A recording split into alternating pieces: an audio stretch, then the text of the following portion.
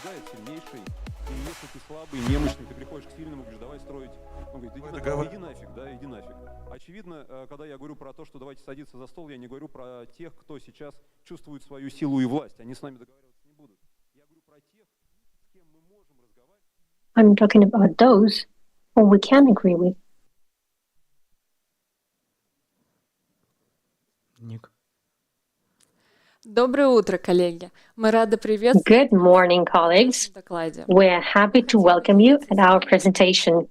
We wanted to share Разработки решений информационной details of development of information security solutions based on low-code, no-code platforms.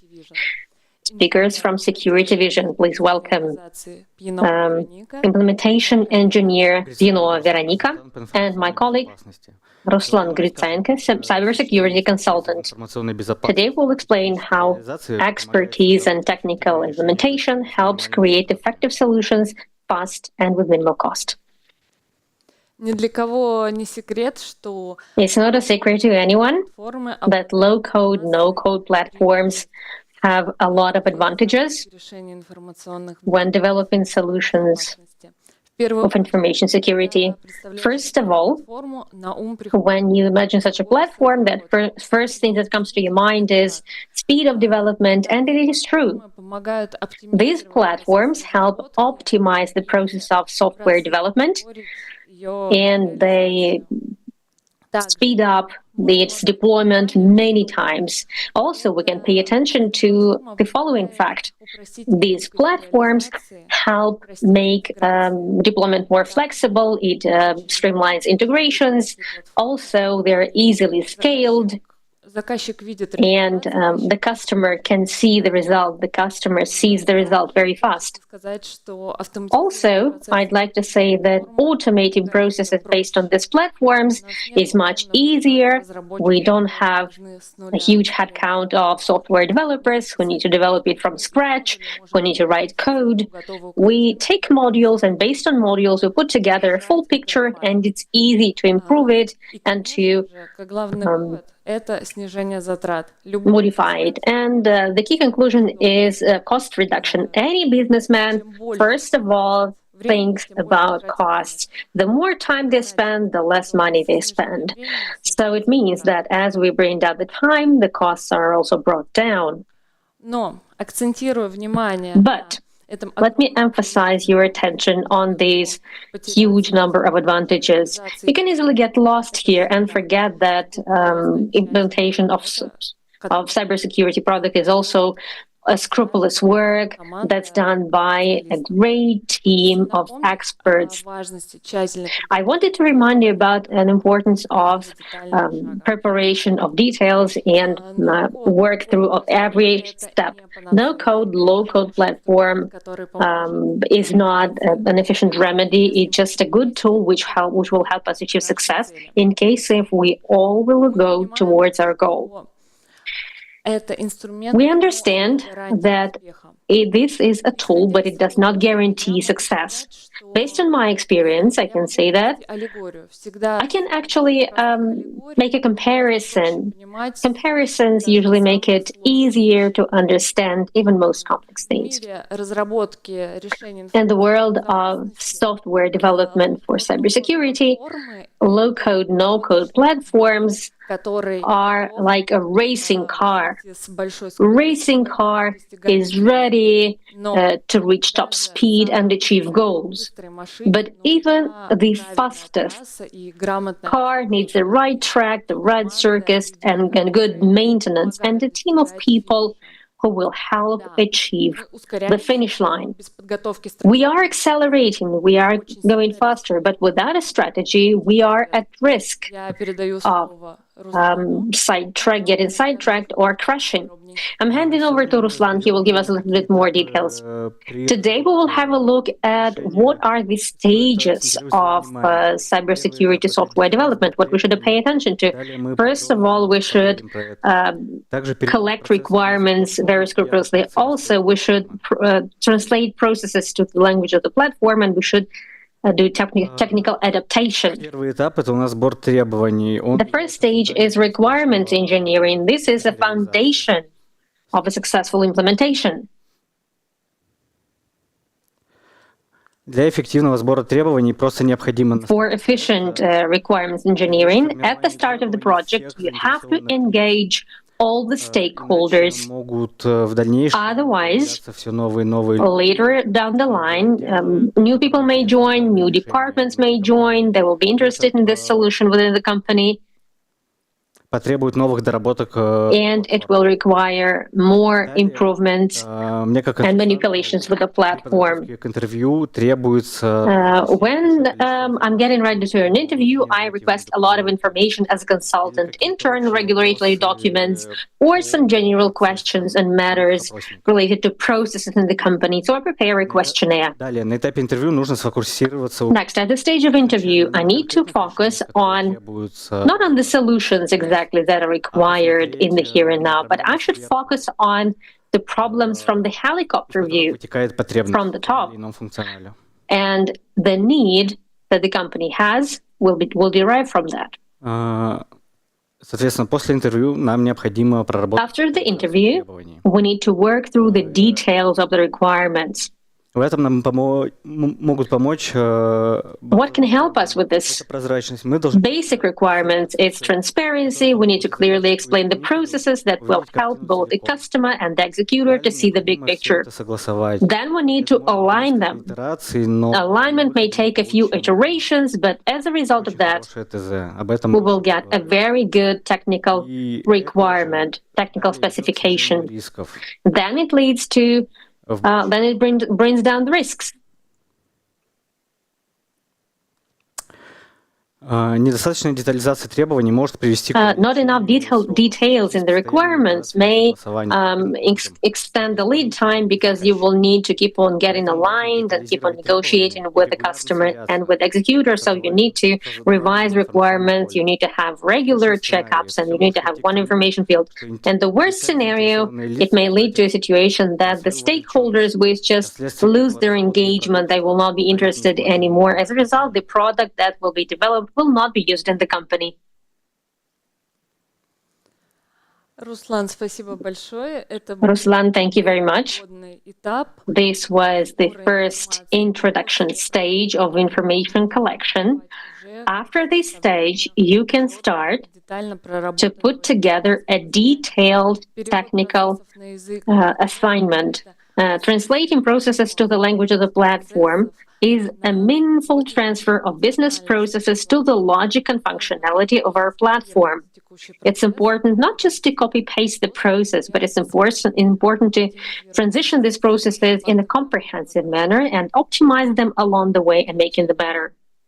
Остановимся подробнее на ранее озвученном тезисе про важность понимания. Let's mention the importance of understanding of business processes. Сказано на этапе интервью. First of all, as it has been mentioned, at the stage of interview, you need to collect as many artifacts as possible about the automated processes and the explored processes. Also, it's important to determine the roles within processes. You need to see how they're interacting with each other and their areas of responsibility.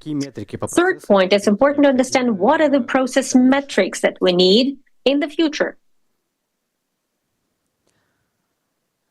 Консультант работает, консультант анализирует. The consultant analyzes, the consultant puts together technical specifications, but here is the engineer that comes to the stage, which is me, which will remind about platform capabilities and optimal ways to realize.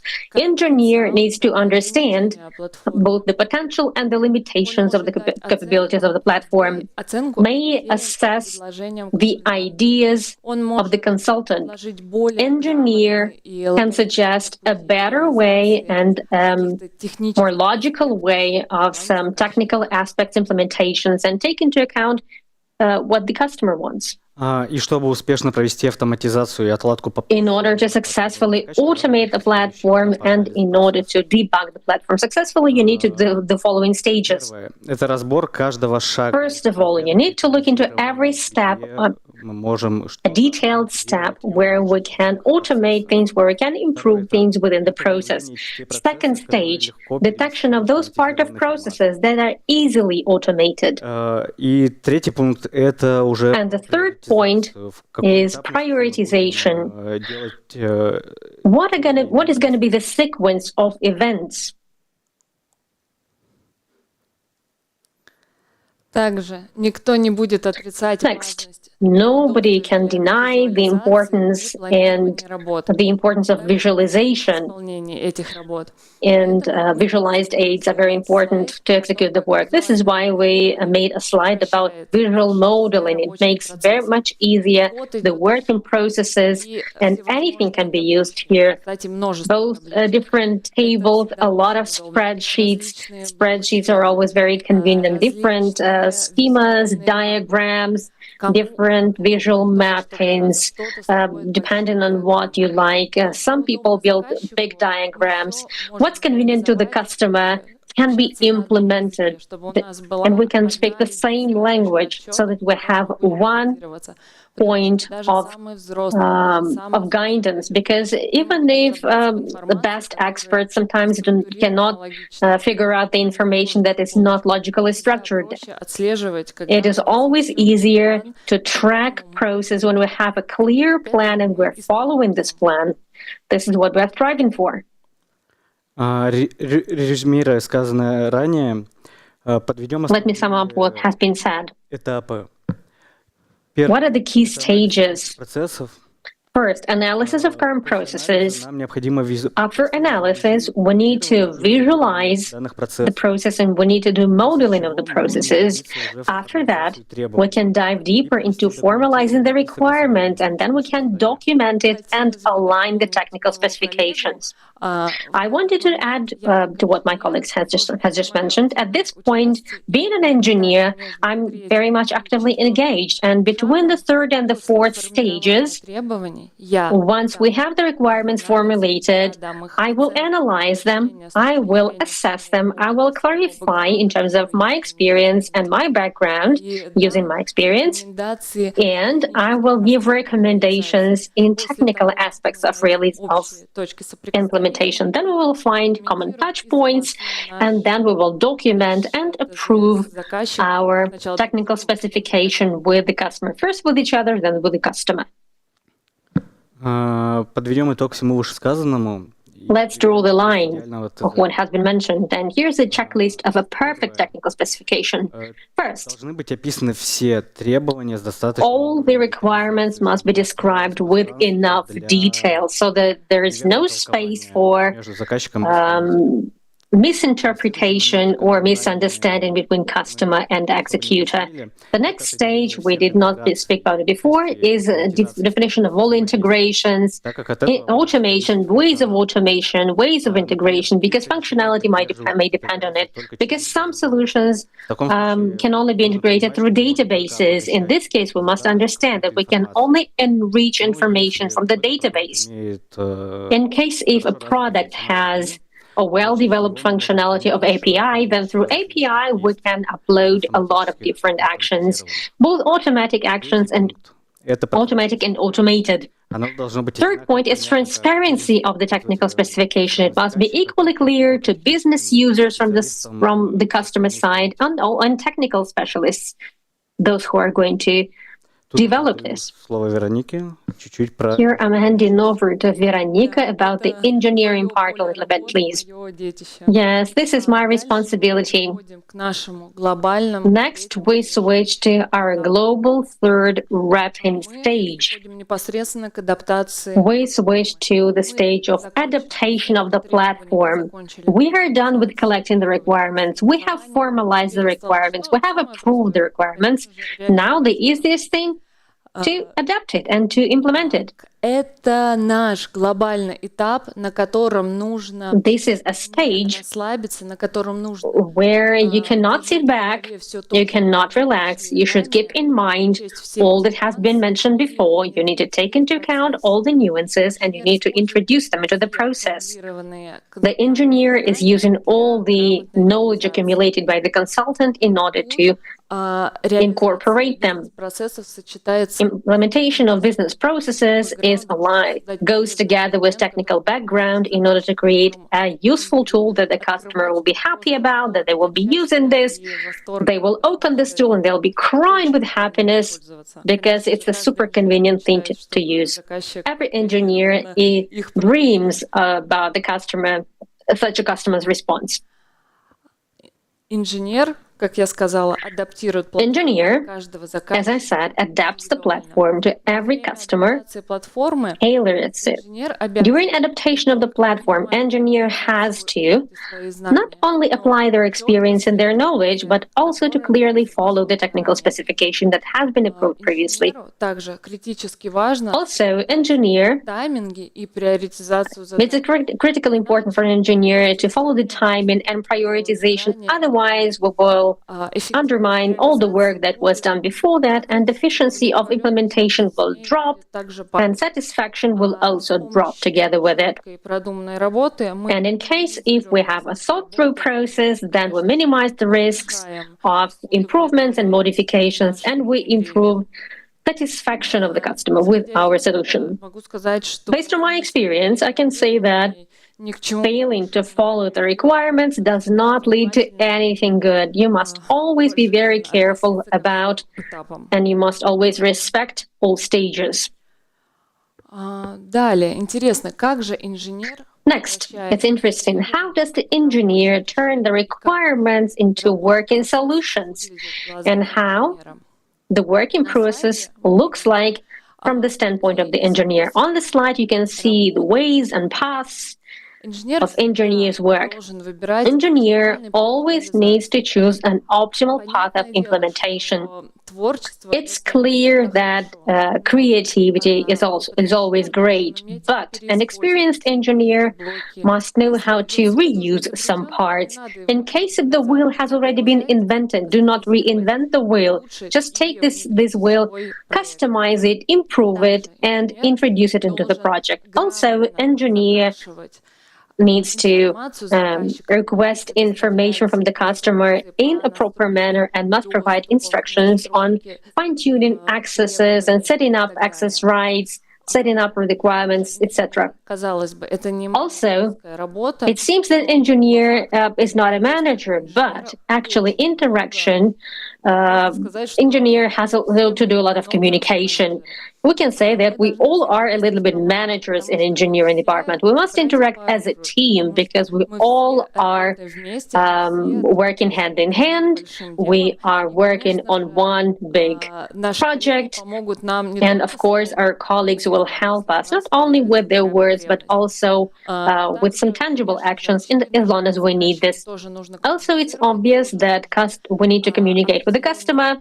We need to have checkpoints and we need to voice the solution. We need to have alignment sessions. We need to get all the stages approved with the customer so that we all are on the same page with the project. Also testing, of course. How can we do that without testing?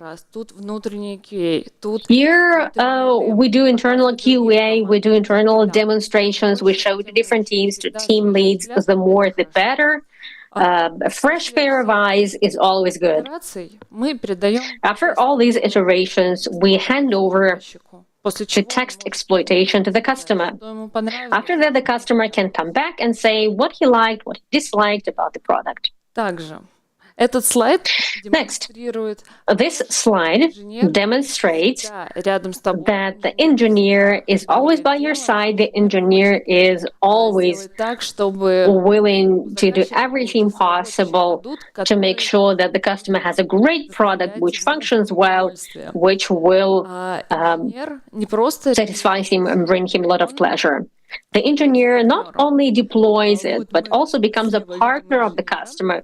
On the left-hand side, we see engineer. On the right-hand side, it's the customer. этапы были выполнены If all the stages are executed the right way, работал с душой, if engineer was putting his heart and soul in his work, и между заказчиком создает then диалог. engineer and customer will have a proper dialogue. They will build connection. Выразителен. И заказчик And this example is truly amazing. Then the customer starts willing to customize, очень хорошо. and he sees that the technical specification is done, but we want this and this, or we want to adjust it that way. It looks nice, but what if we do it this way? Может помочь инженеру. And what can help here is engineer's expertise. Engineer will explain and he will guide the path. The engineer will give the hint. The engineer will not do everything for the customer, but the engineer will help the customer do what he needs. And the customer gains expertise as a result of this. And later, it's hard to stop customers. They continue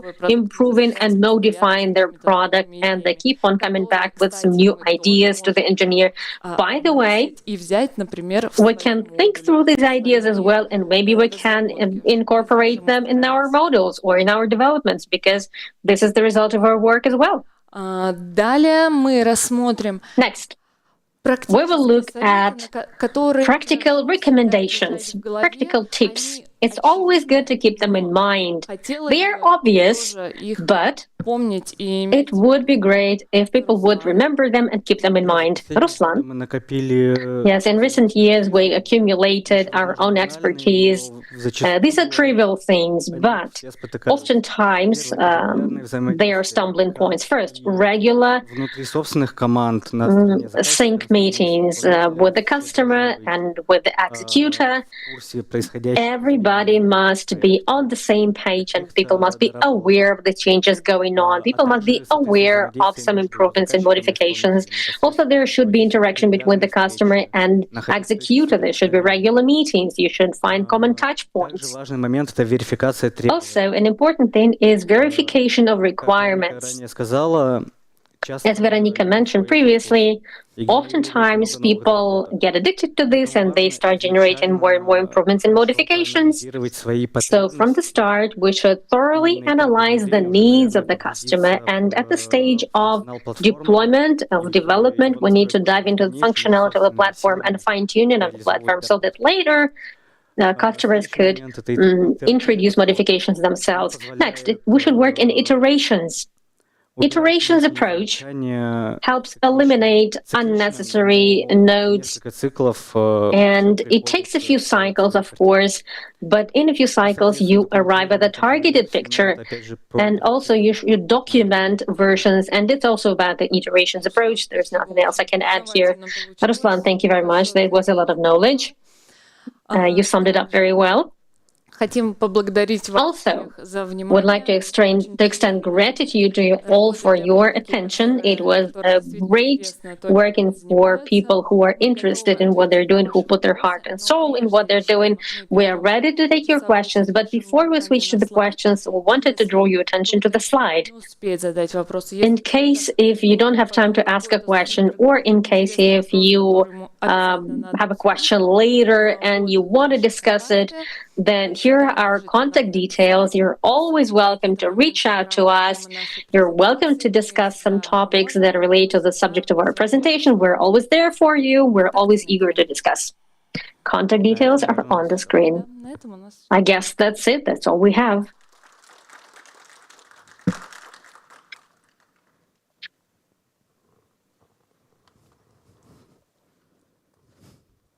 Всем спасибо.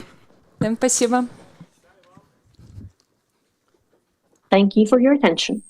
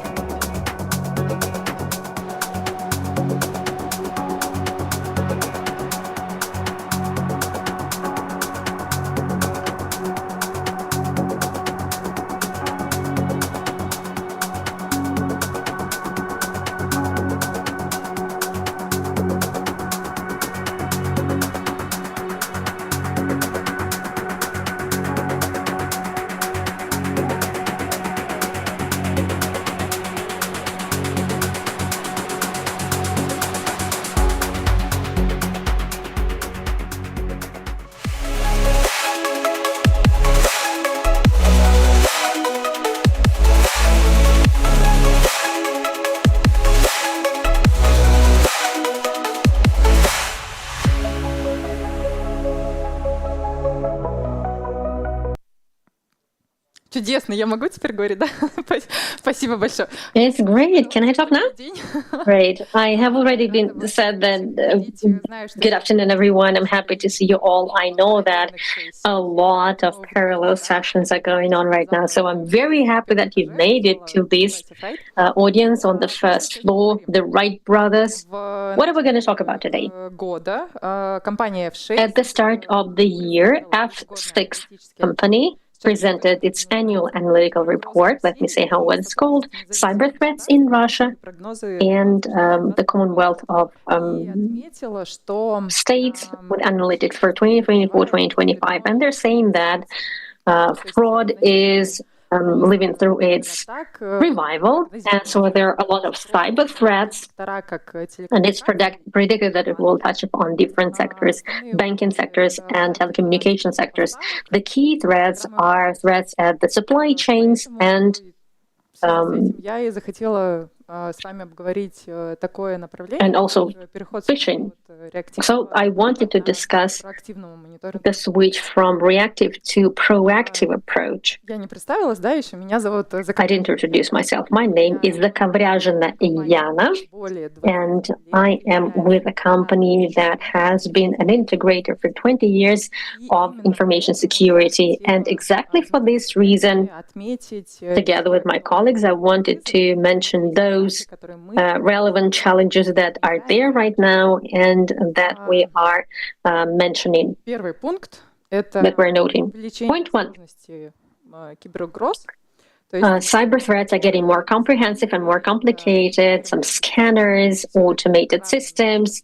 It all is added with phishing, social engineering. And attacks are getting more sophisticated. They're using more complicated bypass methods. They're bypassing security systems. For instance, they're using updated Trojans of remote access and dynamic techniques such as fast flags. Traditional methods in this case are responding to what has already happened, to the actual incidents. They cannot show a good and efficient result in terms of detection of multi-layer attacks in a large amount of data. And false alerts overload the analysts of SOC, and it may impact the efficiency of investigations. And again, not just invasive, but there are SLAs, and in this case, we're talking about theft of time. This is what's important in SLAs. The next point is attacks on digital identification data, on credentials. What's very popular here, particularly in Telegram channels, is that fraudsters or criminals are using voice recordings, video calls in order to fear employees, in order to scare them. They play as a manager or as a general manager or as a CEO. It happened with us, by the way, once. And they force an employee to hand over confidential information, some commercial sensitive information, maybe just send a life story. One of these days, I was taking part in a forum of IB Consortium, and I got acquainted with a back hunter, and he was sharing that in their work, they're often using synthetic artificial voice messages, AI-generated voice messages, in order to mimic managers, online managers, and this way they put pressure on employees and they force to provide confidential information. And he says that it's very efficient right now. It's so easy these days. People are really willing to cooperate in case if a manager, for instance, reaches out and says, "This is my phone number, please provide this and this information to me." And he told me that they did a check in one of the companies, and that out of 20 people who they tried, 18 believed this fraud, and they transferred sensitive information. Also, the extortionist software, extortionist malware in early 2025, criminals attacked a contractor of Rostelecom. Злоумышленники использовали искусственный As a result of which, criminals were using AI, and as a result, they got access to data, more than 120,000 users. It's not that many on the one hand, but on the other hand, it's an attempt to rapidly get access to this information. So they just blocked these accounts, and they did not unlock information until a certain payment would be made. Also, these attacks were on Rosotorg and on Airflood. It also happened this year, and it used malware and vulnerabilities in supply chain system. What I mentioned previously, reactive threat monitoring has blind spots, so to speak. The reaction happens only once the incident has already happened. So what I wanted to mention, what are the other weak spots? First of all, multi-layer attacks. They are comprehensive and complicated schemas. Cyber criminals are using a few methods, a few vectors to achieve their goals. And what we mean here is detection of these attacks requires a deep analysis of the network traffic and user behavior in order to have the whole picture of what usually happens in the infrastructure. And traditional detection methods are failing here because they're not that efficient in detecting in big data and in a huge amount of data. Wide technology of new technologies, what do I mean here? Using PowerShell, WMI, and using phishing emails that were created with the help of generative GenAI. So these are it's very difficult to tell whether it's real or false. I guess in every company there are examples when you kind of receive similar domain, but actually just one letter was substituted there. And it's critically important aspect. Another critical aspect is the response. What I mean here is detection and response happens only once the incident happens. And there's not always enough time to analyze or to respond well or to take action because the attack, on the one hand, it may be happening for a long time and in a very concise manner, for years maybe, or sometimes the attack takes just a few minutes. And false alerts lead to human factor. So people just start getting nervous. If we talk about first-line operators, sometimes they may not understand what they need to do, how to respond. It also plays an important role. A little bit of regret here. It's logical to switch from reactive approach to proactive monitoring of threats. What will allow to do? By 30 or 40%, 30 to 50%, you will improve the security thanks to the fact that you detect it at an early stage. It's prevention, and you will reduce the response time by 1.5 times. What are the steps that need to be taken? Let's begin with audit and pin test of the current stage. We need to understand where we are now, what is the as-is state. Then you need to develop the response process. Then you need to introduce technologies. With the help of machine learning, these technologies will be able to reflect the whole picture of infrastructure, and they will be able to tell the strategy of threat detection. And thanks to an ongoing analysis, you can improve processes that are currently available in order to improve them, and you can use external sources of information in order to update data about threats and about cyber criminals.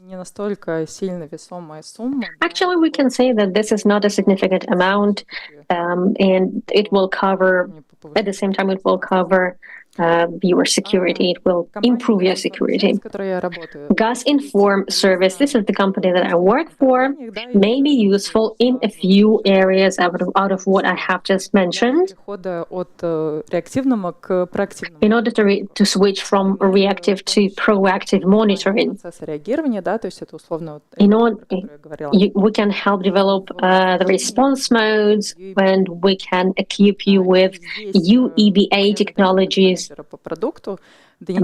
My job as a product manager is to convey the opportunities of CM analysis or other technologies, or maybe it's a DLP system that is used in infrastructure. Thanks to this, it will be clear that, for instance, maybe it's a complicated attack, or maybe the user got access to sensitive data in some strange time, and we may assume that it's an insider or that the user has been compromised or credentials have been compromised. Also, when people are working remotely, it's very popular these days. People work remotely. Or that APT cyber criminal group is working there. It can be detected, and it all will help you automate the response processes, and it will help you reduce the response time. To sum it up, I wanted to say that the reactive approach is like an emergency truck, emergency service truck. Emergency service truck is needed when the crash has already happened or the incident has already happened, and needs to respond in the here and now. So the incident is already in the past. And proactive approach is an autonomous car such as Tesla, which you can find in Moscow. It's going in Moscow, and it predicts what will happen on the road. They can understand how to respond to what's going on. This car can use a lot of settings that it has, so it can foresee, it can guess right what's going to happen, and this way it reflects the proactive approach. As I said, I'm with GasInform service company. It can be useful to you in a lot of areas, including the UEBA product class. It's NKS SAP, and also we have a monitoring center which can help you in the equivalent of L's third line. I'm ready to give you more details at our stand GasInform service. It's on the second floor, one floor higher from this floor. Also, I wanted to mention that we have a promo for GSOC. It's 5 to 5. It doesn't relate to Pitorechka chain of grocery stores. Colleagues, I'm ready to take your questions in case if you have some current cases that are aligned with what I have just mentioned. I would be really interested to hear them. Yes, please. Очень быстро, да? Добрый день, спасибо за ваш доклад. Good afternoon. Thank you very much for your presentation. It was interesting. I have a question. When we're talking about threats, it's clear you need to switch to a proactive response, but I think the job of SOC is not only to respond to phishing or external intruders, brood. We also need to watch, monitor the internal intruders as well, internal violations. As a result of internal violations, we may have another ways to be attacked or other vulnerabilities. So how can we enable proactive monitoring of internal policy breaches by our normal users, not IT people, but normal users, though they are not knowledgeable about this? So how will the concept change of monitoring of internal users? Thank you for the question. Once again, it happens thanks to behavior analysis. The class of solutions is monitoring not only external people, but also internal users. It can highlight some moments such as an employee very often does this and this. For instance, when I was preparing, I would always work at night. And at any other point in time, I would always have alerts. And it's great. It's the correlation rule that's written in CM, where that employees are working 9 a.m. to 6 p.m. But in this case, information will be highlighted. Like this person usually works at night, and it's normal for these people. Maybe for some group of users, it would be good to adjust the correlation rule. So Synergy allows to give hints to adjust so that later you can introduce adjustments to the rules, to security policies that are already available in the company. So it's thanks to synergies with different systems that are already being used. It's an instrument to help SOC. Он обучается, то есть основная суть, так как это поведенческий It анализ, is trained. ни одна система. Since this is a behavior analysis, no other system can understand how we work and how our work process is built. So ideally, it needs some time to monitor first. For us, Месяца до там we would take до 90 дней. 1 month to 3 months. Что если Why do we need this? Because we need to understand whether employees have a seasonal work, maybe at the start of the year they start getting ready to different meetings and pulling reports. And during the other quarters of the year, we have another work mode, more standard one, so that the system understands that there's seasonality. It gets trained on retrospective data. Ideally, it takes 90 days to learn, to get trained on this. The training will be done both on users and entities, on every ARM, right? Yes, on every analysis object, we will have a baseline. Inside the product, there are a few analyzers. First, it gets trained for a certain time, then it creates a baseline for every entity and every user. In the web interface, you can analyze.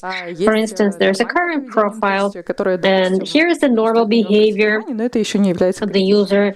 Like, you can pay attention to this behavior, but it's not critical. And there's abnormal behavior, which is beyond the normal range, and as a result there will be alerts and it will be handed over to the response system. So it's automated, right? Or is it just prompts? No, it's automated.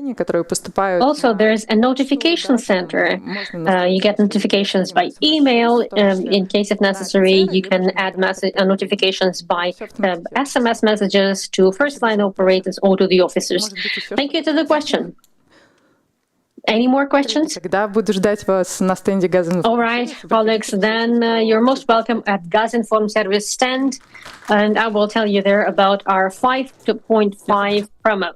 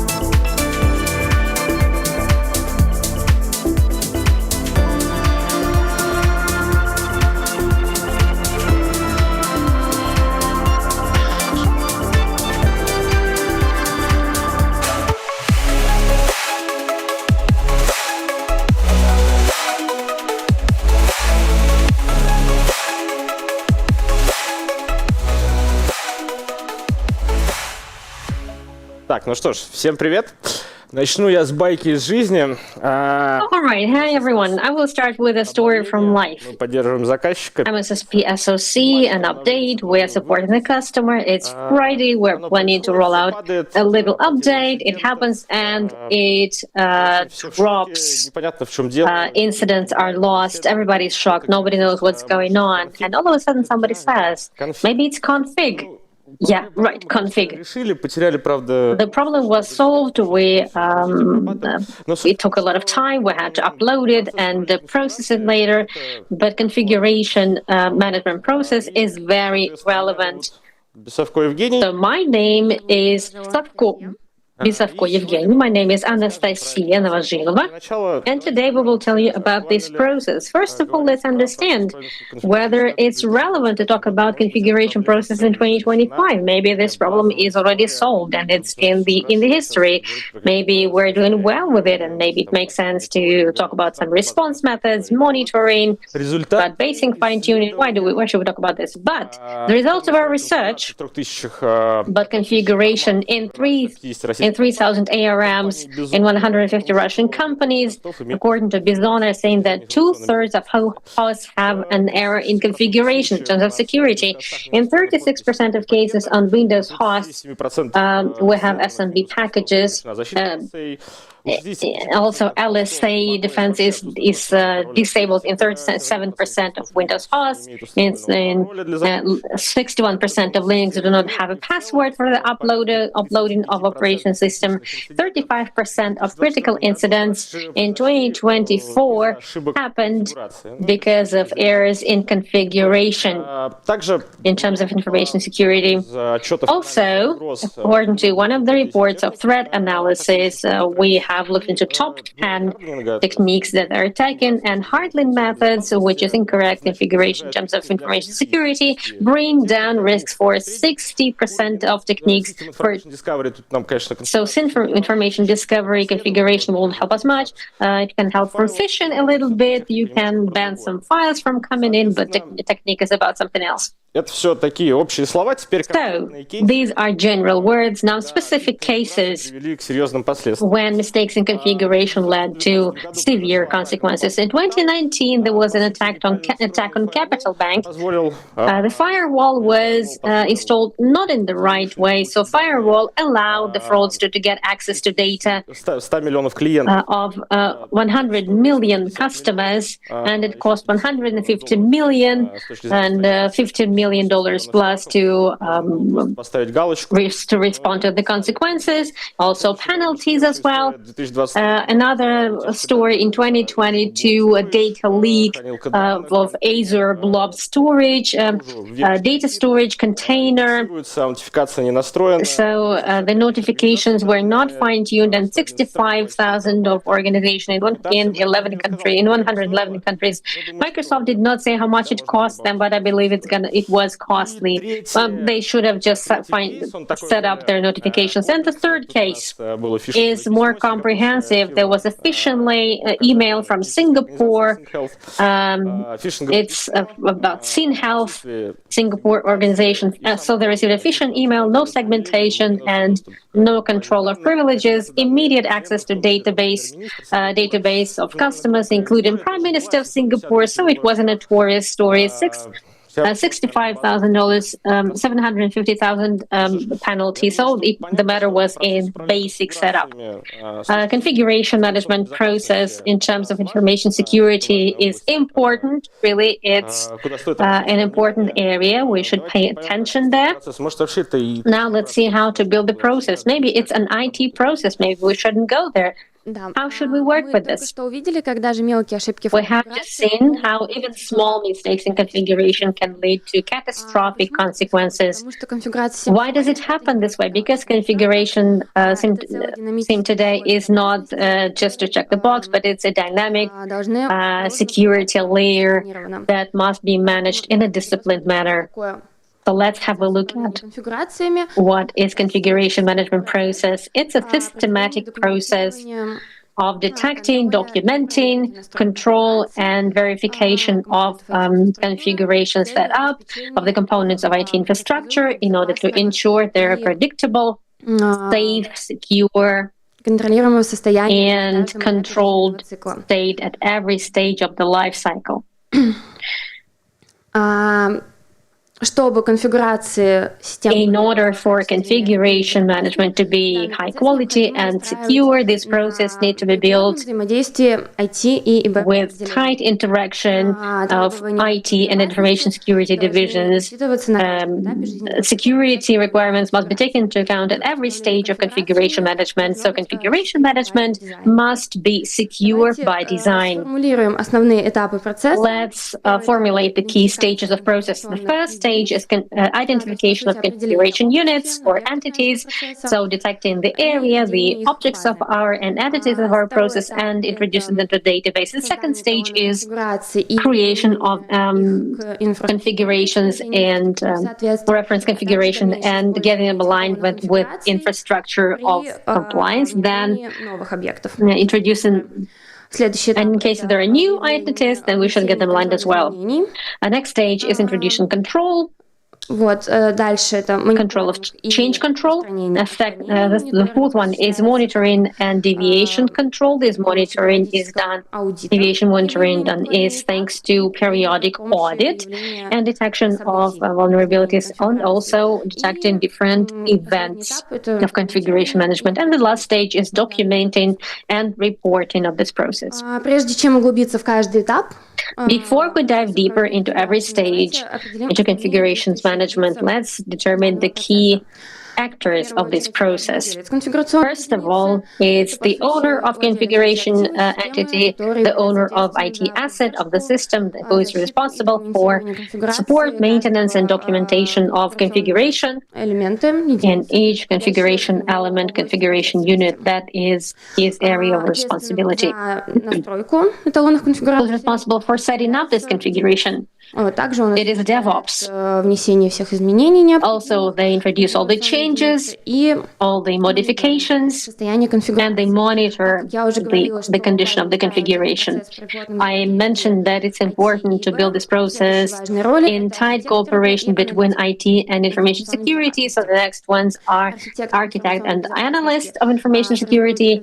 Information security architect puts together requirements and specifications to configuration, and the information security analyst does periodic audit of compliance of configurations to the reference ones, and he manages configurations. In case if some changes are necessary, then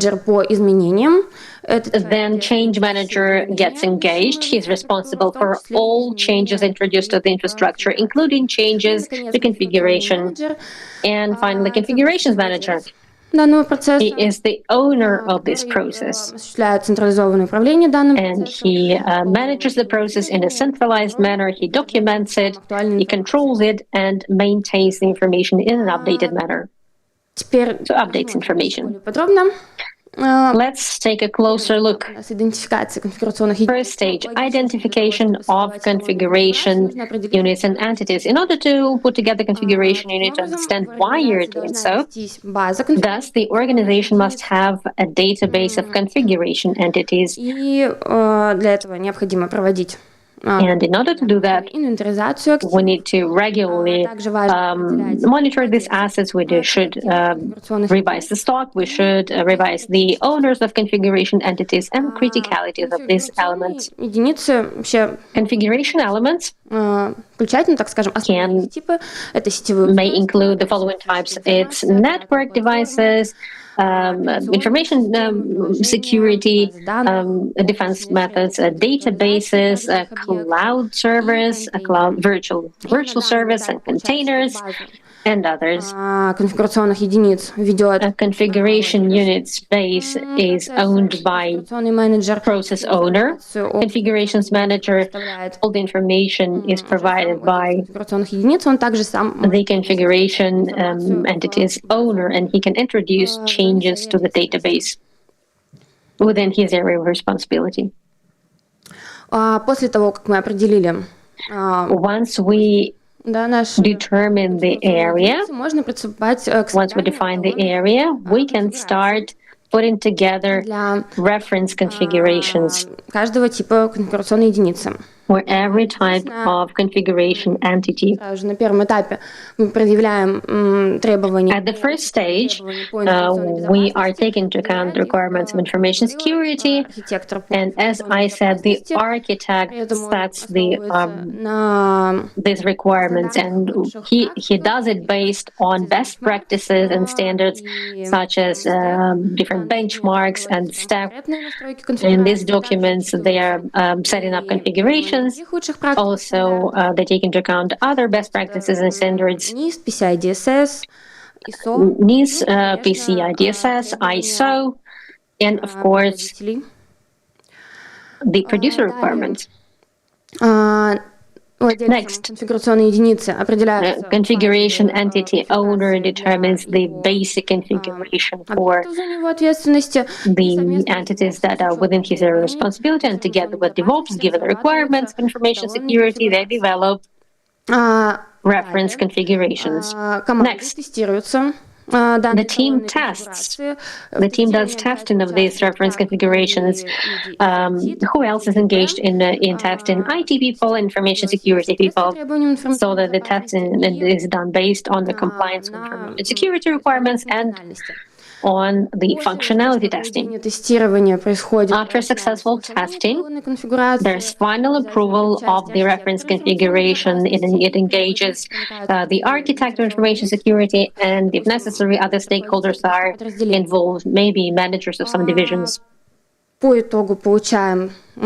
a result, we have aligned and approved reference configurations, and further, DevOps takes it from there and applies it to all infrastructure, and of course does testing in the test environment. Also, reference configuration data will be used further on for all the new elements incorporated in IT infrastructure. If necessary, if you need to introduce changes into reference configurations or in any other configuration, there should be placed a change request. Change request is sent to change manager.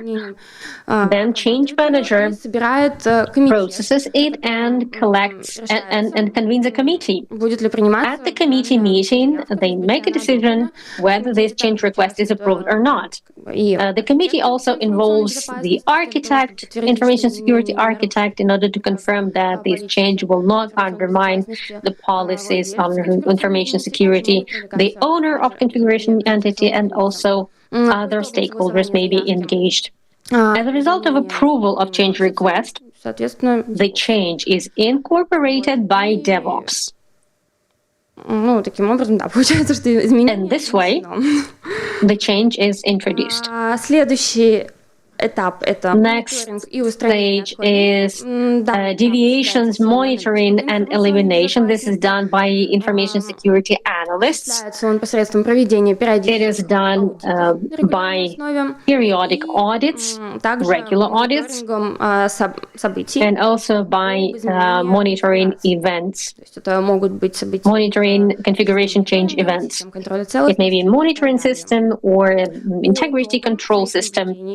As a result of these observations, the analyst detects deviations, non-compliances with the requirements, analyzes them, if necessary, puts together a report about the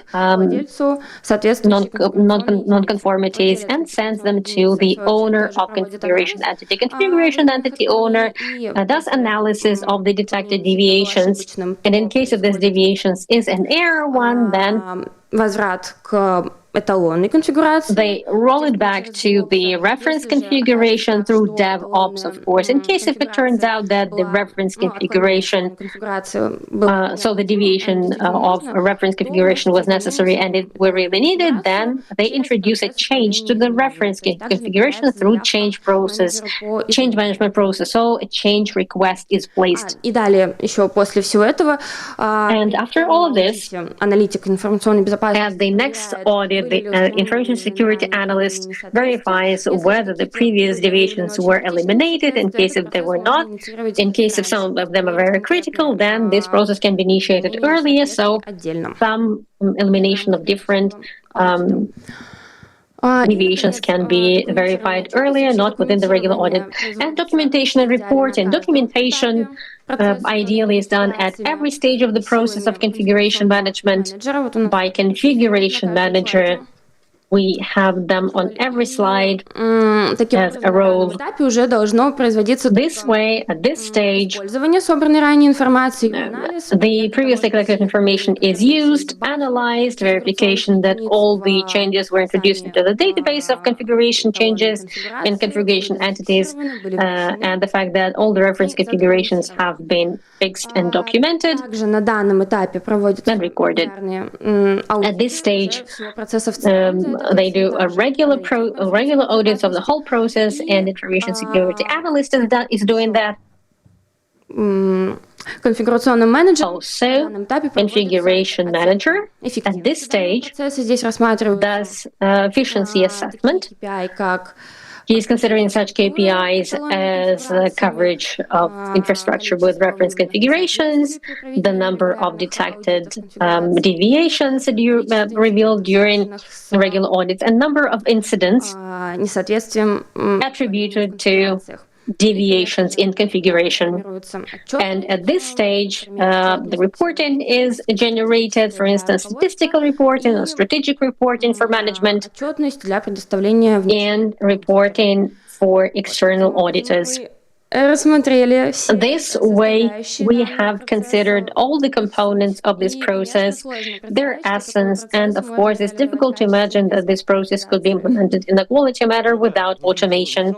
It does require automation. I'm sorry that all the cats were in your part of presentation. Now let's talk about automation. I think the process is more or less clear. It's clear what to do. The key idea here is that all the process, if you build this process manually without automation, then you can do it, but the likelihood of shifting configurations or deviations in configuration is very likely, and we need to strive to automation. So here I am showing you компонентную, не знаю, не буду называть слово архитектуры, схемку, в общем, это инструментов автоматизации. It's a flowchart of sorts, В центре, в середине у нас будет not an architecture. DB-система. At the center we have CMDB, Database, там мы будем the хранить configuration management database. будем хранить информацию об эталонных We have all our assets there or entities.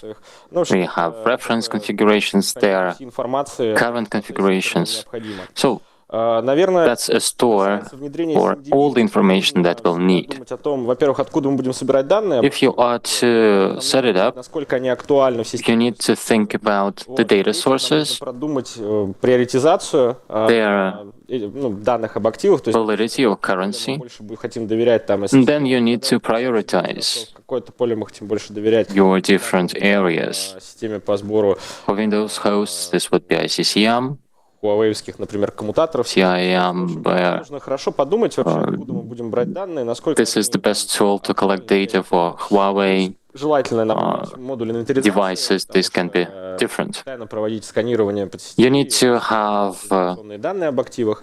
Как правило, a solid inventory to have ongoing scanning of networks and subnetworks. Most CMDB systems have inventory modules built in, but if you don't have it, решением на рынке, соответственно, get busy and find something. Security Vision вот тоже There is GLPI, Security Vision, сканеру активов ITCIP Security Vision available on the market. Кстати, вот Cross scanners like Security Vision and others. понятно, это зависит от того, какое у вас облако будет использовано. But this will also depend on your cloud setup. Довольно тяжело это сделать. They'll come with their own inventory tools. Должна быть связана с сервис-деском для обеспечения flow. CMDB needs to be integrated with the service desk, Мы вроде проговорили, вот первый этап мы идентифицировали kick tasks back and forth, tickets. У нас все собралось в одном месте. We have all our config entities. We have them centralized. It's all nice and dandy. We have the whole inventory, Процесс это full visibility into our entities, эталонных конфигураций. Нам which brings us to the next step. желательно как-то автоматизированно разворачивать. Reference configurations, some place to store them, and some automated way to deploy them. правую часть, слева, да? I refer you Правую, да, часть. to the right of the slide. И, ну, во-первых, нам нужно прийти обязательно к технологии Infrastructure as Code, то есть First, we need to use infrastructure as code виртуальных сред technology. Terraform, там для уже That's to stand virtual environments, приклада, Terraform, for example, Sensible плейбуками и скриптами. Понятно, virtual systems and applications нужно will хранить need для этого playbooks that also need to be stored somewhere. Repositories like GitHub or GitLab, where you set up CI/CD conveyors with automation for testing and deployment. Information gets pushed to CMDB with configurations marked as reference and ready to deploy. That's the stage where you can do some compliance as well. Travi, Chahov are tools that can check both syntaxes and compliance. And they're customizable as well. Let's speak about compliance a bit more. There are scanners like SPC that support integrations with repositories to get inputs from there and check configurations as well. Ideally, you'd have this all set up as no touch. There would be zero input from admins and DevOps when it comes to applying configurations. This can be done through playbooks that are automated. So we have an infrastructure with approved reference configurations. The requirements are nice to automate as well. It's nice to have. We push for such a tool as security experts, something to map requirements from standards, to apply this to development and run a compliance check. There isn't anything like this out of the box. You can develop it internally through no-code to low-code, but not yet available for purchase. Some SPC scanners can be expanded with add-ons like this. We have reference configs, they're approved through service desk, they are stored in CMDB. We have playbooks for automated deployment or application of these configs. They are double-checked and analyzed. You hit go, and you start coming up with exceptions. Вот, какие-то эксепшены, в общем, и потихонечку... Exceptions, right? То есть кто-то зашел... So configurations start creeping from the reference. You get an urgent request to add a port, we are launching in prod, and then you need to monitor regularly for compliance with the reference configurations. In change run, you have compliance scanning, and you need to bring everything back to baseline or update your references. Нам поможет такой класс продуктов, как сканер, compliance scanner. Compliance scanner is very useful for this. SPC.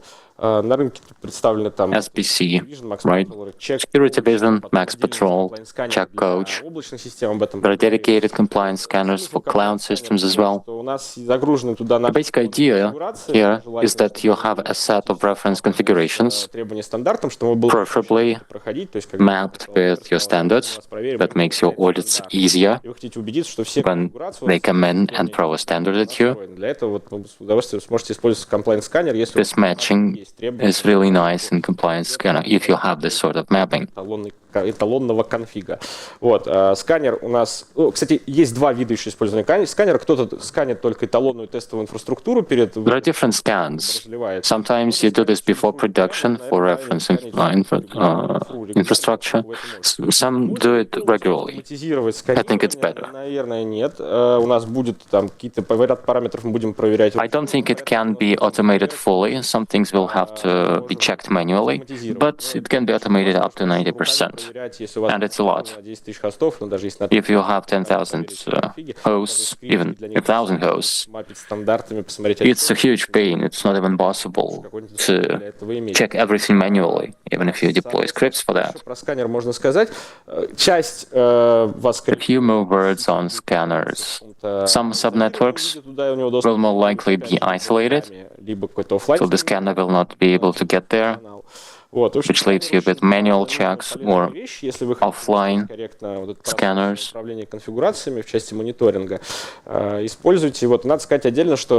If you want proper monitoring, do use scanners still.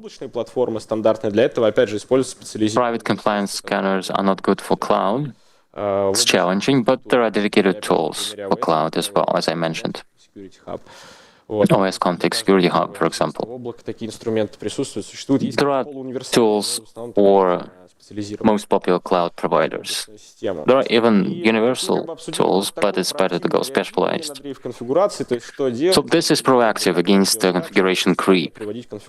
What to do, how to do it, to have all your configs nice and aligned. But then you have to also do regular monitoring. CIEM should have correlation rules. It's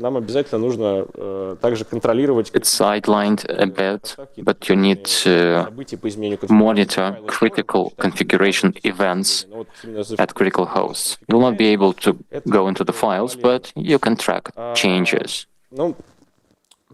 Наверное, что еще можно сказать, что благодаря этой инфраструктуре мы можем автоматизировать как раз This infrastructure enables you to automate reports with different metrics to throw in or take out. You can base it on CMDB or the scanner, whatever suits you best. You can track such metrics as time to compliance, after a flag, share of assets covered with automated checks, metrics like this. I think that's it for automation, and we've run out of time. So thank you all. If you have any questions, I'll be glad to take them, as well as Anastasia, I'm sure. Colleagues? Да. Да, конечно. Процесс должен быть какой-то более... But this process be narrower targeted? I think yes, but you start working with the customer. Потому что вот этот процесс, я так понимаю... How do you kick off with them? I see how you can do it in-house, but if you have to do this for someone else, for a customer, that overall flowchart, if you have to do this customer side, what's the sequence of steps? Where do you start and what do you follow up with? Мы части автоматизации развертывания, да, не касаемся, потому что мы have to say that as an IT security company, I'm not covering all of this. If you don't have a database of entities and assets, you cannot run a proper scan. So you start with a consistent database. And it should include reference configurations. The next step is to specify requirements for profiles. You can apply standards as is, but let's take a step back. You get a central database, you prioritize the platforms to check, most critical ones, and the profile of check will depend on the type of the platform. Then you sit down with the customer and specify the security profile. Some are basic, in line with the standards, but you can tweak it. Specific ports, specific services need to be fine-tuned. Then you install a scanner and run the compliance check. and rectifying any observations. Does this answer your question?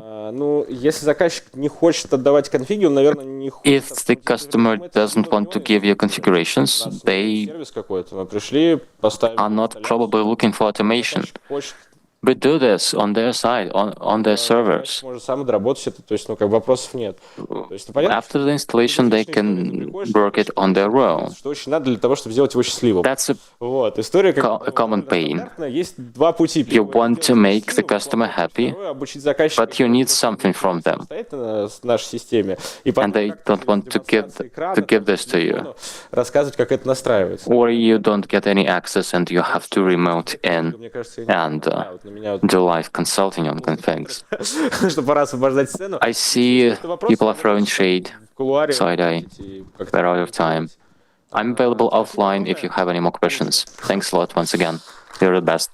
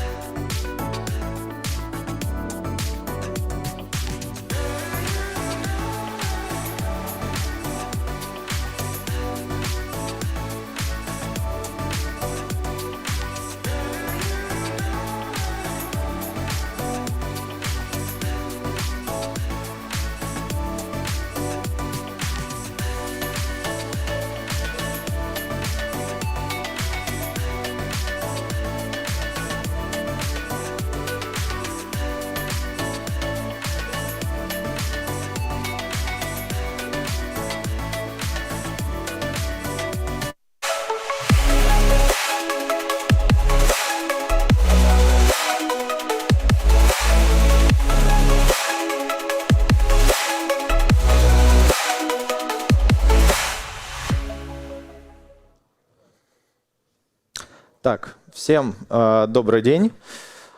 Спасибо All right. всем, кто Hi, everybody. нашел время и дошел до... Thank you all for taking the time and getting to this room. The brothers, right? Классическая информационная безопасность. Там, Today we'll be discussing more than conventional infrastructure security. We'll be speaking about application security as well. также там, немного... Some things to focus on there. Иногда уходить чуть в I'll маркетинг. start with a bit of a spoiler. Не буду.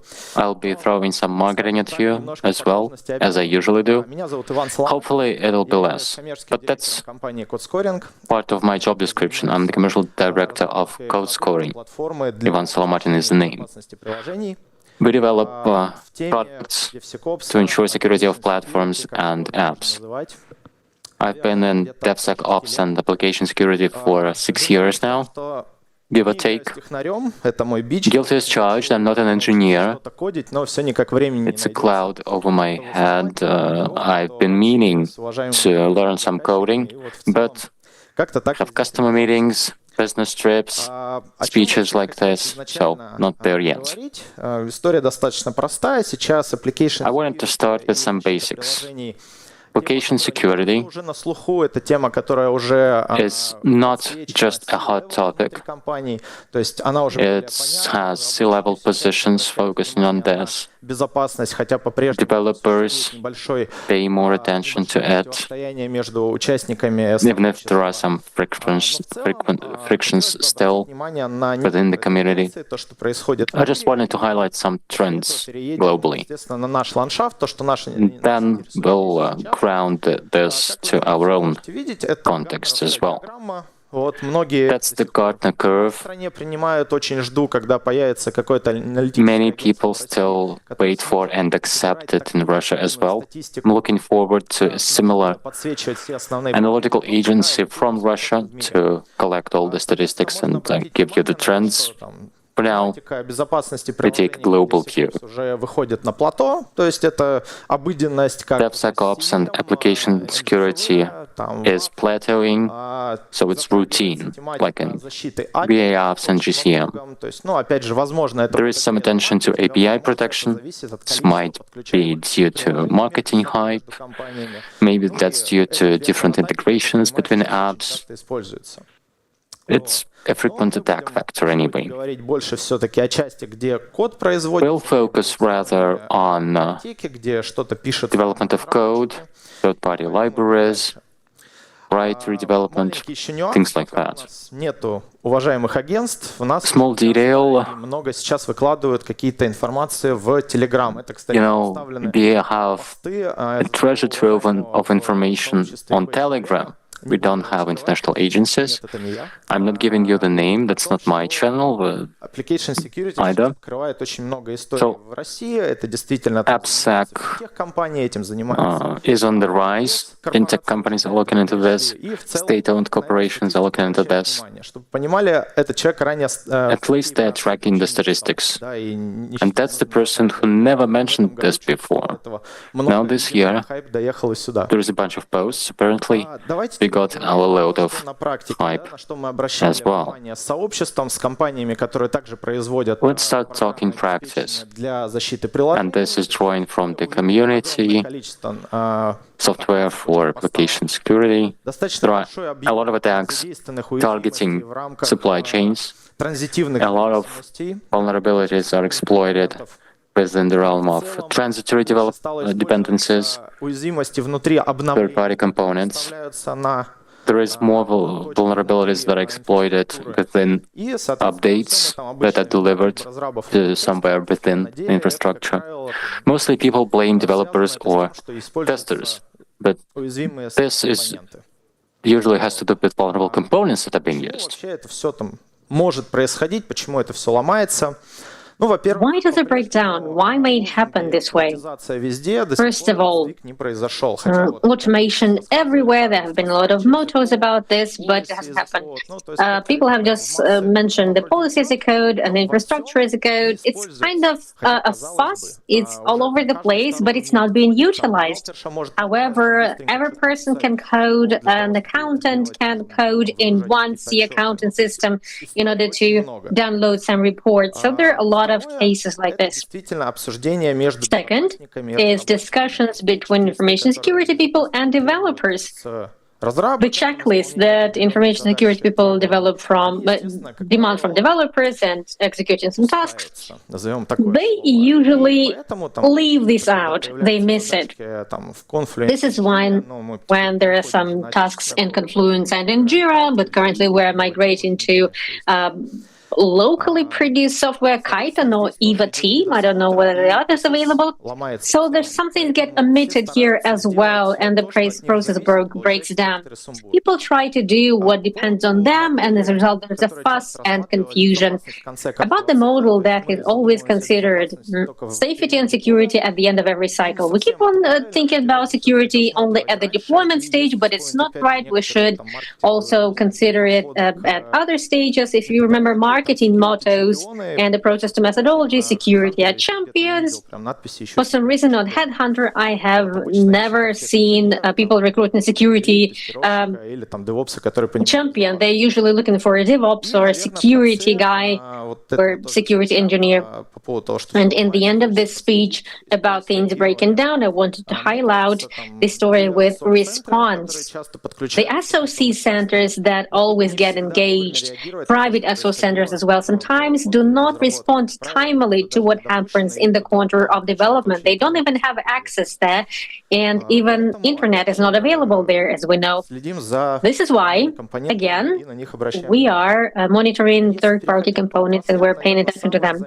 If we go industry to industry, the most noticeable story is banking, of course. This is the most sensitive apps for users.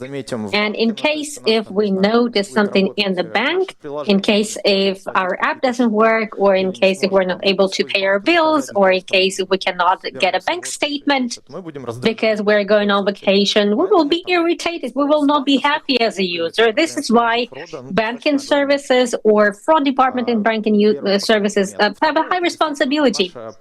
Second, industry, retail, they need, and it's important for them, who needs it?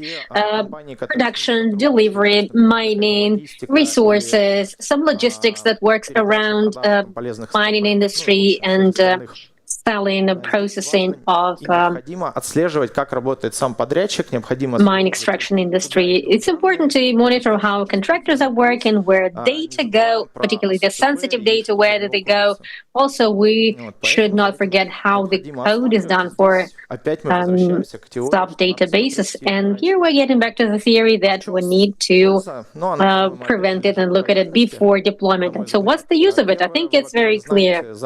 First of all, you know in advance what's happening in terms of the security contour. Security people try to get a better understanding in their area of responsibility. Second, if we talk about product security and safety, it's great that some product security managers are out there now. They're monitoring security of the product exactly, and they're monitoring every release, every version rolled out by the product. These are people who have KPIs dedicated to this. It's usually in an inflated enterprise. I'd like to see it into your segments, but the tendency is there, and it's good. Automation, let me say once again, people are usually looking for a person or an expert who already knows how to write scripts, who knows how to code, who can work on Python and uses other coding systems. Version control is very important as well. About what's next? If you more or less understand which parts of the product are secure enough, and you're responsible for that, and if you are in dialogue with product manager who comes to you that I will produce this and this feature, I know how to do that, and information security person will ask a question: how is it secure? Why is it secure? What are you going to do to make it secure? The landscape of threats, the landscape of safety or security will be more or less clear, and you will be able to build your strategy of product development. In case if we switch to stages, from the point when the developer switches on the computer and gets to IDE and he starts coding something, here we can see that developer can use some plugins for testing and for verifications. Some businesses are already using this as a standard of development. This is why we also have developers with a background in information security. Also CI/CD conveyor end-to-end at stages of build, of pre-build. So before you get into deploy stage, at this point you check the binaries, this lays you do composite analysis of the requirements, you verify the third-party components that were used. Since I am here on behalf of a company that's responsible for a product related to verification and testing of third-party components, of course, there will be static analysis.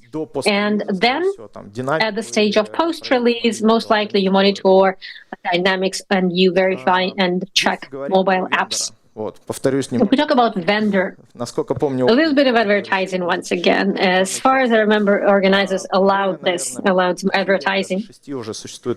For more than 5 years, more than 6 years, we've had a product. It's quite well known in Russia by experts. It's not the first. It's one of the first companies that started building local SEOs. We're the first ones who have this engine. All the expertise of the company comes from audit. It's originated from audit and third-party check of third-party code, third-party components of code. So currently we are sharing our en masse our data with our partners, and we're actively investing in the writing requirements, writing GOST specifications and rules. And Stack has recognized our expertise many times. We have 4 speeches at PhDs this year, more technical than this one. So if you have time, you're welcome to drop in. Why do we focus on third-party components and their verification? I have never seen a developer who would write all the software himself without using any third-party components. Based on all the reports, based on the information that we collected when we do survey about customers, about 70 or 80% of software is based on some well-known libraries, and they just get processed, they get a little bit adjusted, fine-tuned, the code base gets adjusted, and then it goes into production. Things that are done from scratch, well, it accounts 20 or 30% in this range, and it needs to be verified as well. But Sam Smith writing something or Vasily Ivanov writing something, you're not responsible for this. But once it's in Contour and you're going to roll this out, then this is your responsibility as well, and you may be punished if you do not verify it. This is why we got a task to write a good product to code, a good product that will be really applicable, that will be good at all the features and moments of interactions, the current one, the extended ones, the 20th tier of response, intercountability. I can also sink in these details along the way, so let's move on. About OSCA, these components are invincible and they're used to or open components and to block the things that you are pulling into the contour. So this is a firewall. If we talk about integration overall, then these products must be compatible with all the monitoring systems that are within the contour. They must not make overload DevOps at the conveyor. They must feed information to a security conveyor and to static, so all the tools that I use to make the app secure. If we switch to post-release stage, then oftentimes people usually forget that OSCA is used not only in local environment and repository. Then you can really monitor the code or something like that, and you can get updated data that you will get in SOC or in Product Security Manager, and they will be monitoring this. And then it will be very easy to use it.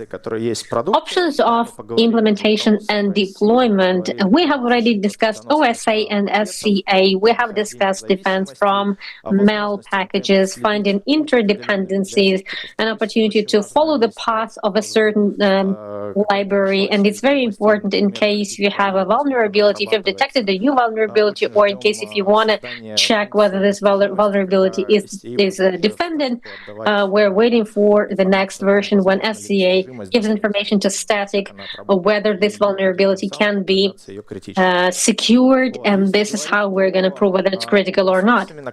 If we talk about open source components, then here what's important is that vendor or integrator who ensures the process must have a comprehensive full database, the database that he pulls all the vulnerabilities from, or how he reviews it. So we are trying to work on it together with all vendors. We're updating the feed base and we're using it in our product. Aside from that, it's not often mentioned, but the mic, does it work? Yeah, it works. Great. Just mic switched off.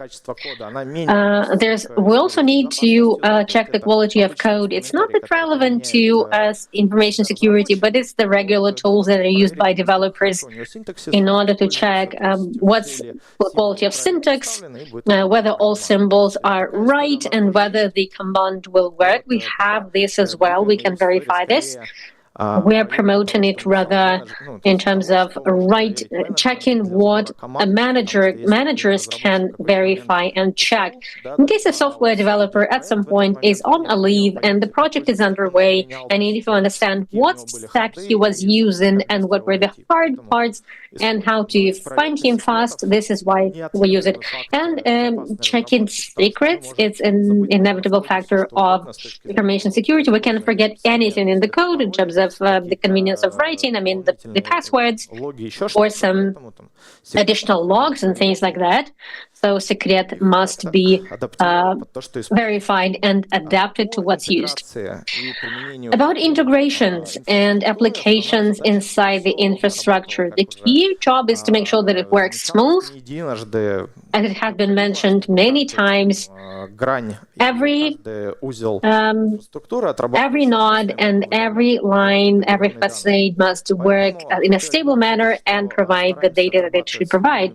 So we're trying trying to our best to work with repository managers, both Russian and foreign managers. We keep on testing installations with new products because many companies are building some software in-house, and we notice a lot of that in banking and industry because they believe that it's easier to build in-house rather than buy some product elsewhere. They believe it will be better for the tasks that they are developing it for. Development environment, we're trying to cover it with OpenIDEA and Eclipse, VS Code, and IntelliJ IDEA. The place where developers are working, where the work desk is, we're trying our best to do it there, and we're covering their needs at the very early stage. This shift to the left, we're moving towards the shift to the left gradually. When we'll see where is that the radiant new world of safe and secure software development. Colleagues often speak on technical matters. 2 or 3 people in our people out of 50 are commercial people and accountancy, and all the other people are engineers, data science, coders, information security people. So we are still a technological company, and I hope it will not change in the nearest time. So let me draw your attention to their speeches, and they really know a lot about Python, and not only Python. In case if some of you will stay at Luzhniki for these 3 days, we have our meeting rooms. Technological companies are going to be in this color. Please drop by. We'll be happy to catch up. And thank you for your attention. Вопросы? Any questions?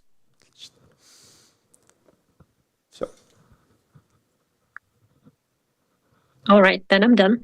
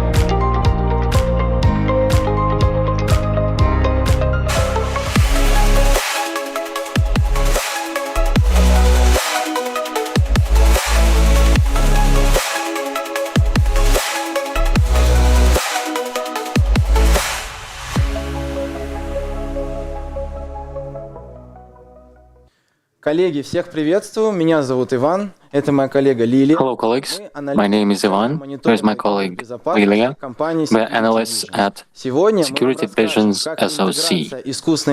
Today we'll be telling you about integration of AI into SOC operations, how it can revolutionize your work, make it more productive and smart. Yes, today we'll be telling you about smart SOC automation, AI, and cyber threat defense, how it can allow us to better handle the ever-growing number of incidents. Сегодня у нас необычный формат выступления. Our format is Аналитика классического novel. SOC-центра, Today, где вся I'm going to play the role возложена на of меня. a classical SOC specialist, where I do all routine tasks manually. I'll be stepping in for AI-powered SOC and arguing Напомню для for всех, its upsides. что же такое SOC-центр. Это Quick центр reminder what a security operations center команда is. экспертов, вооруженная It's your hub for monitoring all security-related things. It's staffed with experts Мы, как to аналитики этого центра, люди, можно detect, так сказать, человек, classify, and respond to cyber threats. сырых событий, So, сетевого It's взаимодействия, a whole orchestra where you look at events, файлы на предмет вредоносности. network interfaces, Именно and здесь на помощь files, приходит АИ, который all to check against malware. That's where AI steps in. It takes over a lot of routines to free up our work time to focus on more creative and complex tasks. What if each of you had a smart assistant to filter out false alarms, help you with investigations, and onboard new hires? It's not just some inflated vision of the future. That's the reality of today that В каждой we all компании, в которой can внедрены use. хотя бы какие-нибудь средства защиты информации, Any company who's implemented any security measures will have alerts pouring in every day, alerts and incidents. одна из главных Most of задач them наших are false аналитиков positives. SOC-центра — это производить As SOC analysts, Объясню. Это we have to выбор triage them. приоритетных инцидентов, с которыми мы Triaging должны means начать that you расследование assign и анализ. priorities to incidents that Возможно, какие-то have to be события dealt with или first. алерты мы можем оставить на Other потом, events or перенести на alerts второй план. can be Это классическая ситуация. sidetracked and postponed. Ежедневно все мы с вами. That's what we do every day in our Каждый security день, даже operations. несколько раз на дню наступает такой момент, It's more than когда once нам per day необходимо where мгновенно оценить угрозу you have и to принять стратегически важные assess a решения в threat at a буквально glance and считанные минуты. И от того, make a насколько strategic точно decision on the выглядит spot. этот приоритетный инцидент, The зависит accuracy очень много. of this decision Например, своевременная блокировка is very реального инцидента impactful. может If it's a real предотвратить threat атаку. and you В то время respond как and block it, ошибочная can prevent a атака major на attack. ложный инцидент так и On the other остается hand, простой тратой you времени. can waste И, your как показывает time практика on большинства false alarms. компаний, именно ложные сработки отнимают Most большую companies часть времени have seen работы through аналитиков. experience that SOC analysts Друзья, spend давайте most of their представим, time что мы on все false с вами alarms. аналитики одного SOC-центра. Перед нами Assume that we all work интерфейс нашей at платформы. SOC.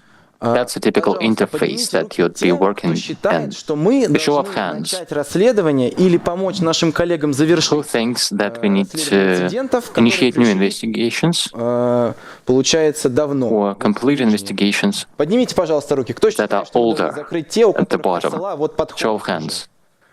They're approaching their SLA threshold. Should we address them? Многочисленные. Хорошо. Okay, А not может, many здесь hands, not that найдутся many те, hands. кто бы принялся за свежие инциденты? What самые about the первые? new incidents? Потому что Show of старых hands. инцидентов Will мы you могли уже prioritize those? упустить, и злоумышленник на следующий Old incidents are old news. Следующая стадия атаки So может быть the next верхними инцидентами. Поднимите, stage of пожалуйста, кто attack так считает. can come through in the newer Чуть incidents. побольше. Okay. Хорошо. А If может, you- большинство из вас примется расследовать hands. инциденты с высокой критичностью? What about То есть мы high положимся criticality? на этот параметр. Сперва высокая Do критичность, you rely on потом this parameter? средняя. Поднимите, You deal пожалуйста. with high criticality first, then go down to еще medium. больше количество Okay, людей. even more По hands. большому счету, Nice. вы все правы, потому что в каждом You are all центре right мониторинга есть at the своя end of the day. политика или правила, Each по SOC которым мы has должны their own производить эту set of policies приоритизацию. and rules. that Но, к guide your сожалению, есть такая prioritization. возможность, что мы выберем один инцидент, который, да, на первый взгляд будет Unfortunately, являться this can be критичным, the case но, к that сожалению, он you может go for an оказаться incident that false appears positive. critical, И так but получится, что then it время turns out to be a драгоценное, false наше время positive. аналитиков, и концентрация, Your и time энергия as an analyst is потрачены very на это. valuable, as well as your Инцидент, resources, который как бы имеет and it среднюю would be критичность spent или in низкую, pain. будет настоящим Medium or low инцидентом. И criticality злоумышленник, incidents can be используя actual инструменты, которые attacks. вызывают в нашей консоли эти инциденты, сможет Attackers продвинуться на следующую can стадию уже select атаки. their toolkit deliberately to show up in our systems as medium or low priority. Отображается некий процент вероятности, And который now, показывает, imagine насколько there is a вероятно, что probability данный calculation инцидент attached является to each ложной incident. разработкой, то есть It фалзой. tells you Нам if пришло it's два a инцидента. false positive. Высокой Say критичности we have и two успешной аутентификации incidents. после множества One is high critical, попыток входа Linux, и второй successful authentication after many failed attempts to log in with Linux. информацию о But then, конфигурации сети. another Большинство low priority профессионалов, и в целом incident, это правда, что расследование стоит начать an именно attempt с первого to read the инцидента. configuration Но of давайте the посмотрим на network. процент фалзы. You were right in Первый voting for high инцидент — это critical 80%, incident, but то the время first type второго is всего лишь 83% false positive, И whereas the здесь, other one на is самом just деле, 5% выбор стоит false достаточно positive. серьезный, поскольку можно начать расследование и со второго It's a major инцидента, decision to make. более вероятно, You что can start with эта the атака является lower реальной. priority incident because the probability of this being a real threat is Да, higher. действительно, такой метрики в моем случае нет. That is Я true. могу довольствоваться только свойствами In my case, I don't самого have инцидента, this metric. или я I что-нибудь can накастую, look into the что-нибудь incident, запилю. or Однако it's something that I've тривиальный способ developed as a приоритизации custom add-on. инцидентов, который я просил, за который проголосовать, не всегда является самым But this эффективным. basic approach to triaging is not always the most effective. Влияние на безопасность активов организации, и здесь These decisions that you make directly impact the overall security of organization. Но несмотря на то, как We use AI to assess the probability of да даже если бы был false positive alarms, фалзы, мы его не откладываем. 83% or higher, we still do not discard the incidents. Да это фалза, все, мы не We do будем not работать. write it off as a false positive, Еженедельным отчетом для or you страховой maybe статистики. postpone it Мы for также Friday его before your расследуем, weekly просто report. отдаем чуть No, меньше you investigate it still, but with a lower priority. А теперь давайте поговорим о дополнительной So, активности для старших An аналитиков additional или task экспертов с for опытом. senior В наш analysts. СОК-центр будут приходить люди на experienced позицию experts. L1. И в большинстве We'll have случаев L1 это hires. люди, не имеющие огромного опыта в сфере Mostly, информационной безопасности. these are Поэтому people who are not as СОК-центру жизненно experienced необходимо in information security. как можно более This сжатые means сроки that адаптировать нового SOCs have специалиста this и need внедрить во все to процессы, в которых он onboard будет new внедрен. hires Думаю, многим as quickly as знакома possible. эта ситуация обучения новых сотрудников. You've been in that situation where you have to train your employees, and it's a major pain for senior specialists. They have many meetings to attend, they have all the calls, different tasks. It's a packed calendar where you don't always have the time for onboarding. Качественного обучения сотрудник не However, if you miss this step, the new employee will take much slower и в целом to начать get the grasp of their tasks, to become part of the team, and start adding value Да, to the действительно, в SOC. моем классическом To take some load случае off это the будет senior выстроено colleagues. чаще всего следующим образом. У меня есть In the определенное classical количество approach, новых специалистов this is usually like и this. менторов для них. We have new И hires, они могут общаться who get либо в assigned заранее their созданных mentors. чатах, либо в личных сообщениях. Then И you set up часто chat такое threads for количество them, переписок or they может do доходить до private нескольких messages. десятков. И Some senior specialists would have dozens, whole dozens of such messages that they would be missing, специалист будет в этот момент занят or и не может и не you wouldn't сможет have the оперативно time ответить на or the headspace возможно to для него address и a message. банальный вопрос, но все-таки юному коллеге будет очень важно на него These найти ответ. messages often Очень хорошо, contain когда в компании trivial есть, questions, but локальная younger методология, specialists локальная do need the Википедия, replies. можно так It's сказать. good if you have Любой a wiki человек, любой человек, where работающий в этой компании, there is a может knowledge зайти base and и, methodology по ключевому слову или фразе accessible to найти, any employee. Некоторое описание, All searchable, допустим, of course, атаку, или как ее избежать, where you can look up и descriptions тем of самым получить attacks, достоверную ways to информацию, respond, а не ту, которую он найдет в a интернете на source of каком-нибудь trusted сайте. data. unlike looking it up online. Что у нас есть SOAR со встроенным AI-помощником. Let's jump to an AI-enabled SOC. Просто вводите It's an assistant, in this case, that takes a verbal description of the incident and gives you a reply. Ну и список каких-то What's the attack? ресурсов, What are the которые tools to respond? And внимание, хочу useful обратить на references. блок рекомендаций, который отображает Note specially that it can also give recommendations for each incident. рекомендации, мол, нажмите взять These are not фото, generic на фолзу, если фолза, то steps. такое-то поле. Accept the ticket, check if it's false, report it. Для каждого инцидента. It gives you very narrow, specific recommendations for each type of В incident. зависимости от того, на какой стадии реагирования мы находимся. These recommendations are tailored Помогает to the новичкам в целом быстрее to the освоить. actual stage in your И response им не response приходится effort. как-то искать, ну, например, во внутренней базе знаний. It really helps new hires У to нас все сразу отображается. learn the на ropes сайте, по faster. которому мы работаем. They don't have to На самом деле этот look блок может помочь for anything in the и database. коллегам It gives you постарше. ready-made Иногда answers. бывает, что регламент This module can be helpful for senior experts as well. Существует какой-то Policies and rules tend to change, and then there is always the human factor. И все равно в начале SOCs are 24/7 operations, and you might буквально lose some of the focus at night time. This module опытный специалист. anchors you to Да, valid действительно, information, инструмент. useful У меня for в both классическом СОК-центре существует некоторые junior specialists and senior Пока, specialists. юный коллега That would be спросит, nice. а старший эксперт либо освободится, In an old-fashioned SOC, there is a lag between asking the question and getting a reply. младший аналитик будет искать This lag на просторах интернета means свой ответ на that свой вопрос. juniors Но, как мы уже will все be знаем, looking в for интернете answers каждый человек, online. который смог зарегистрироваться на Well, форуме, считает себя чуть ли не сеньором. Anyone who's registered on Да, в the моем forum, случае any мы получаем forum, мгновенный ответ и can буквально write получаем anything. дорожную карту, по которому новичок With AI, может you get an ориентироваться instant и не reply, потеряться в which сложной is a roadmap безопасности. for new hires to navigate Но the complex проблема world может of возникнуть cybersecurity. даже у эксперта в своей области. Может прийти инцидент с высокой seasoned критичностью, experts у которого SLA будет can очень face маленький, challenges. и нам необходимо High critical оперативно провести incident, анализ инцидента really и tight принять SLA, меры по you need его to реагированию. analyze it quickly and respond on the spot. В моем классическом случае я буду основываться In a только на conventional своем SOC, опыте. Ну или спрошу I что-нибудь у have коллег, just если my они не experience to rely on, or заняты. Я my буду colleague открывать on огромное the next количество desk if they have the вкладок средств защиты time. информации. I'll Доставать, have a lot of tabs практически with вручную, потому security что я tools. доверяю только I'll себе. have to do manual Все extraction. хэши, хэш-функции, I have only myself to доменные rely on. имена, все IP-адреса I'll be looking up буду hash вручную functions, проверять, допустим, IPs, на domain names. типах, I'll все do manual checks показатели этих against процент types. вредоносности, допустим, и пытаться зацепиться The хоть за malware какой-нибудь impact IOP, чтобы assessment. начать раскручивать этот And клубок.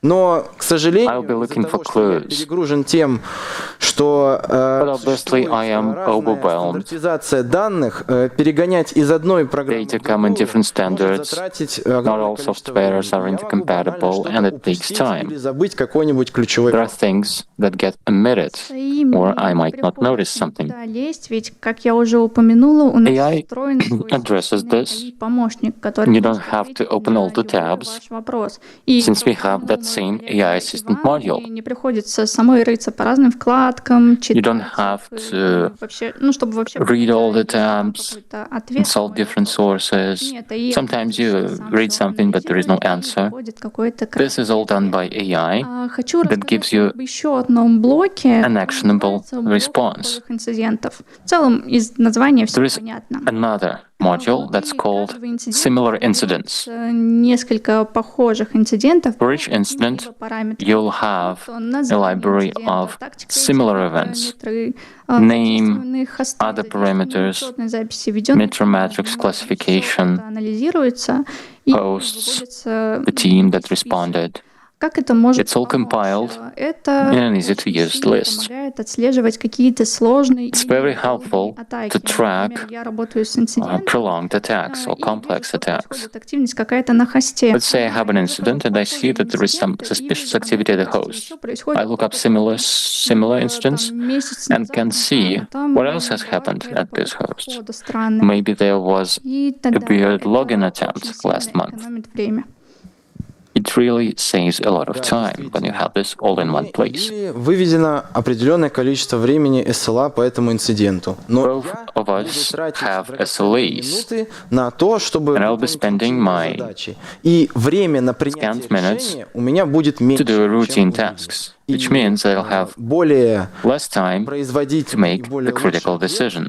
ответ, на это решение у меня будет меньше And, количество времени. В моем I'll have less time просто выдает какие-то to improve my рекомендации по response. инцидентам, но и In my выводит case, список похожих AI инцидентов для того, чтобы gives you recommendations, расследовать связанные provides you similarities, атаки. so that you can have better visibility in related and prolonged attacks. It saves you time and improves the overall security. Коллеги, давайте рассмотрим следующий пункт. Допустим, Let's go on to the next topic. зарегистрирован все-таки инцидент. И Let's say we нам, как have an аналитикам, actual нужно в incident. кратчайшие сроки определить As an analyst, сетевых устройств, you need которые to заражены, identify и the pool of предотвратить дальнейшее hosts, распространение по инфраструктуре. network devices that were breached, and prevent the further В моем spread of the случае я attack буду, как within я your говорю, infrastructure. базироваться на своем опыте. As a conventional Возможно, спрошу SOC что-то у expert, коллег, если I'll они в have to какой-то rely on my own области нашей experience. инфраструктуры лучше I might be able разбираются. to У consult меня some of my будут в помощь, colleagues конечно же, отчеты, допустим, I'll о have the сетевой reports связанности, о инвентаризации. to aid me, Но, к сожалению, network я буду тратить interconnections, время на, как я уже inventories, говорил, на переход с одной вкладки на but then другую, I'll still за have описанием to spend a lot of информации, time jumping и between банально я tabs, могу долго искать comparing and ответственность за contrasting. какого-нибудь сетевое устройство, чтобы передать ему And, это регулирование. It's not always quick, not always fast to find the specialist that's responsible for a concrete device. Once again, it's much easier with AI. It's not just recommendations and the steps to follow. Each incident has a dedicated tab that plots a graph or reachability, where at a glance you can see what other entities can be affected. AI shows you potential routes for attackers to take hold within your networks. So you don't have to put out individual fires. You can take a helicopter view and nip the attack in its bud. Red dots are critical systems. You can isolate them, you can change passwords, all enabled through this overall visibility. Gives you an idea of scale, which is very helpful in taking strategic decisions. You don't have to rely on your intuition, you don't have to scour for documentation, you don't have to be running around consulting your colleagues. You have this big picture that really makes things faster. Yes, if you measure it in clicks, for me to identify the pool of infected devices doesn't even compare. And I could have such an interactive map only in my dreams. I might have a printout, the entire map of the infrastructure, but it will not be live, it will not be up to date. AI pretty much does what Ivan would be doing. It's just faster. The AI identifies the host, server, or account that's active there. It looks at the connections to other hosts or servers, and it plots this graph of potential next steps in the attack. Какие же преимущества нам дает Let's draw some conclusions. интеллекта в наш What are the advantages Пройдемся кратко from implementing AI at your в SOC? обучении и поддержке A bullet point аналитиков here. первой линии. First, it helps with the onboarding of first-line analysts. It supports them as well. It gives you additional filters for false positives, and it makes your response more proactive. Однако стоит сказать, что искусственный интеллект это не панацея. Yet another Это point. ни в коем случае не AI is замена not a silver bullet. специалистов-аналитиков. It doesn't replace you Это as очень human мощный analysts. инструмент, который It's a powerful помогает tool, нам that is заниматься, так сказать, работой, на которую мы шли. Мы But аналитики, мы должны анализировать, производить actually enables интеллектуальную you деятельность. А to do ручной труд все-таки перенести knowledge на work, машину. analyst work, Всем спасибо whereas за внимание. manual На routines самом деле, are carried мы out by рассказали о machines. очень интересных функциях. Thank you. Достаточно ужатое время. We believe которое у that нас these было на functionalities доклад. are very И, interesting. конечно же, у вас есть какие-то Our time was вопросы, short, so на которые мы I'm sure you have many questions обсудим. that we'll be taking gladly now. Let's have a discussion.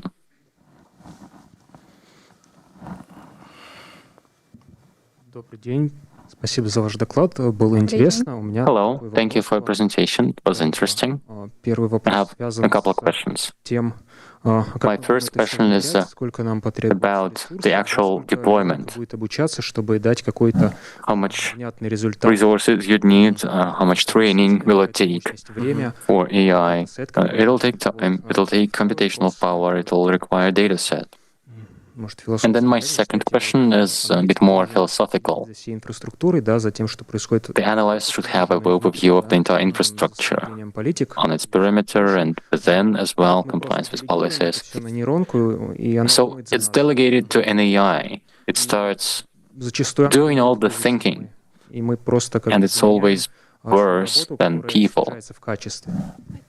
So we do this at the expense of quality, don't we? Вопроса. Вы, скорее Let me всего, take the first part of the question. который дает I think you рекомендации meant по расследованию. investigation recommendations. Помощника, который у вас Yeah, в Суаре, да, я так понимаю, устроен. Да. it's an assistant for SOAR. Заранее, когда вы This one, yes, продуктом, он не обучен.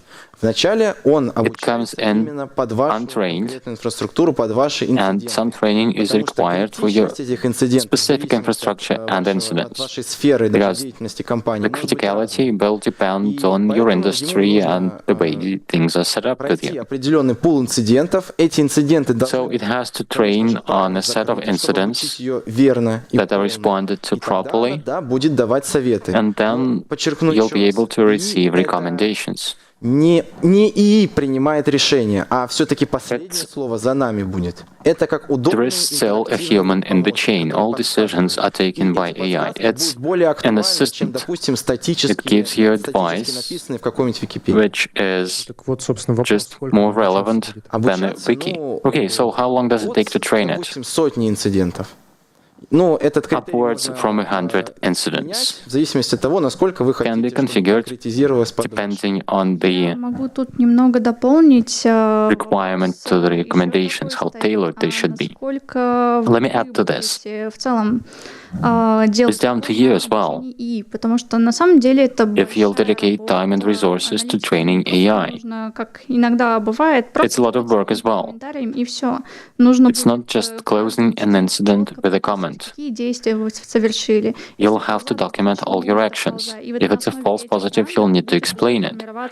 That's the input data that you'll be able to feed the AI to work properly for false positive detection and issue recommendations. It starts with 100 incidents, but it will depend on your infrastructure setup as well.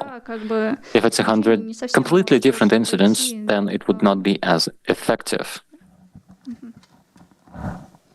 По поводу второй части вопроса, напомните, And as for your second question, could you remind me Наши of it? обязанности нейронки, We которые delegate всегда our job to the AI, and it's not справляется always as good as humans, и дает неверные especially when it comes to analytics.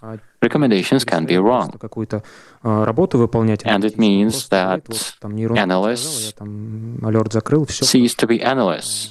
They just follow the instructions. В большой инфре их очень много, человек не успевает. If it's a large landscape, people would be pressed for time, and they'll start approving all the recommendations on autopilot.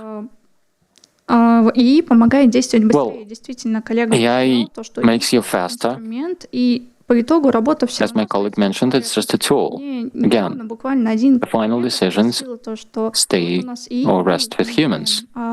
Почему бы нам A colleague recently asked me, так скажем, если why don't we всё было downsize, быстрее? lay off half of the people if AI is so much faster? Это не так, потому что But that's not the answer. рекомендации и выдают какие-то AI comes up with a recommendation, with probability assessments, принимает решение и but в любом случае анализирует again, этот инцидент. all decisions are taken by humans, Информация, and there которая у is нас the есть. real world context for these decisions as well. По сути, могу сказать так, то что человек-то без ИИ обойтись So может, let me give you и без this. человека никак. И Humans can do without AI, зависит от того, but not the other way around. ее обучать и сколько вы готовы It'll потратить. depend on your А какие-то willingness and resources to train it. отдельных рекомендаций, одни рекомендации As for уже обучаются advice на основе on how to do ваших this, каких-то действий, которые вы we have описываете. two parts to this Второй module. блок рекомендаций, которые выдают рекомендации One is trained мировых практик.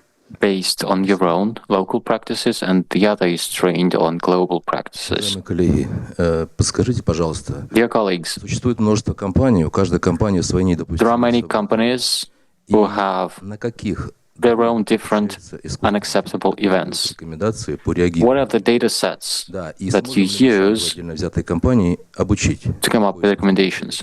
Can we train it Еще раз повторюсь, мы within поставляем our own и модели company? как бы не обучены. Вначале у вас будет только We supply a bare рекомендации, bones model. основываются на мировых практиках. The first set of recommendations are hard-coded based on global practices, and then we'll tailor it to your own company. Они должны быть обязательно It'll be based on your private data, consisting of incidents that are responded to properly, чтобы и модель правильно обучена. and the descriptions need to be as detailed as possible. Максимально правильно, максимально This should allow the model рекомендации.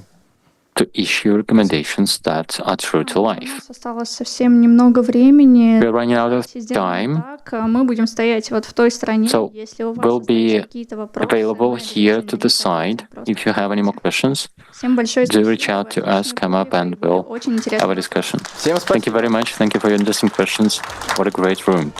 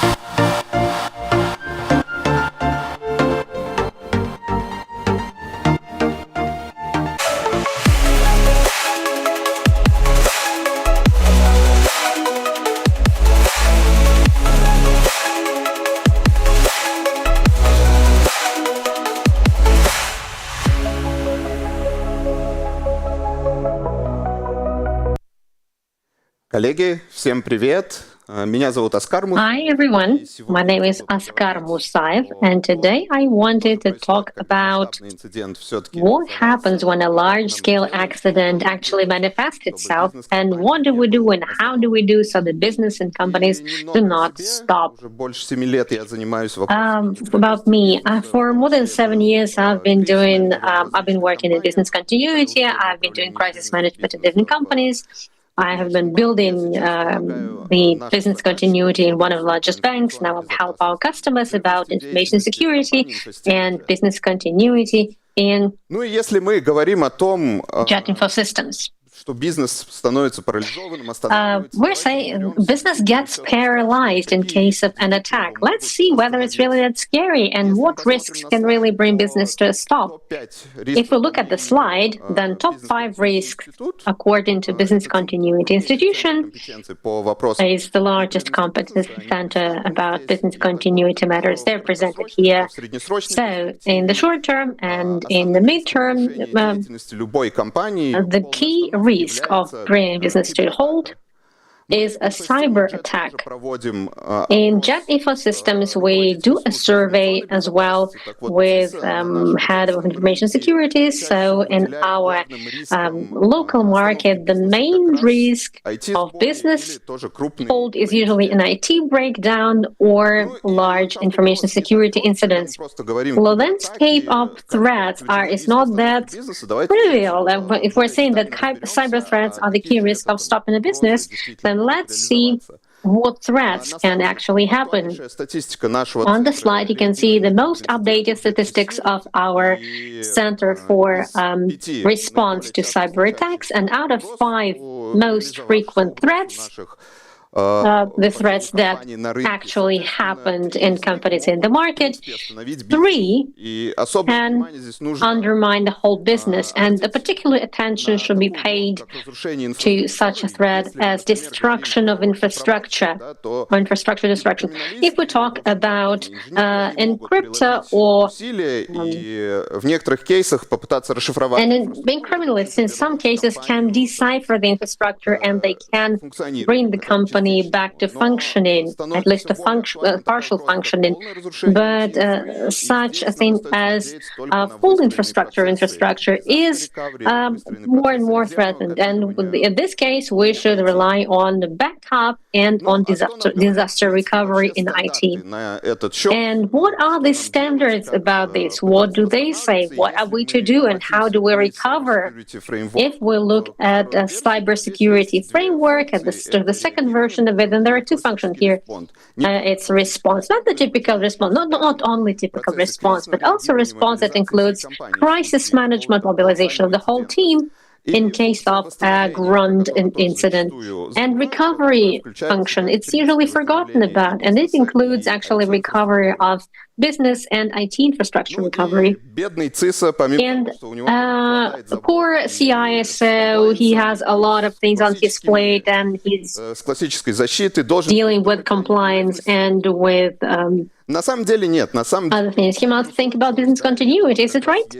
No, actually, cyber resilience is not rocket science. You should not devise any new rules. Cyber resilience is just an umbrella which includes best practices of IT and cybersecurity and business continuity practices. If we talk about examples of these practices, then information security will be covered today and during these 3 days, a lot of people. But I wanted to dwell upon IT practices and typical business continuity practices. If we're talking about cyber resilience, then let's see how largest market players determine cyber resilience for them. For a market, and when I will not read them out loud, but what is in red means that they have shifted their emphasis from typical protection and defense to rapid recovery of business in case if incident manifests itself. So largest market players assume that the incident may happen, but they are getting ready to recover their business in the required time, and this is what helps to boost their cyber resilience. Now let's switch to practice. Let's have a look at the real timeline of real-life incidents, how businesses try to overcome them, and how cyber resilience practices could help them. Talking about the timeline, I guess the trivial large-scale incident will look like first steps, first response of the company, then there will be investigation, and almost right away it will be followed by recovery.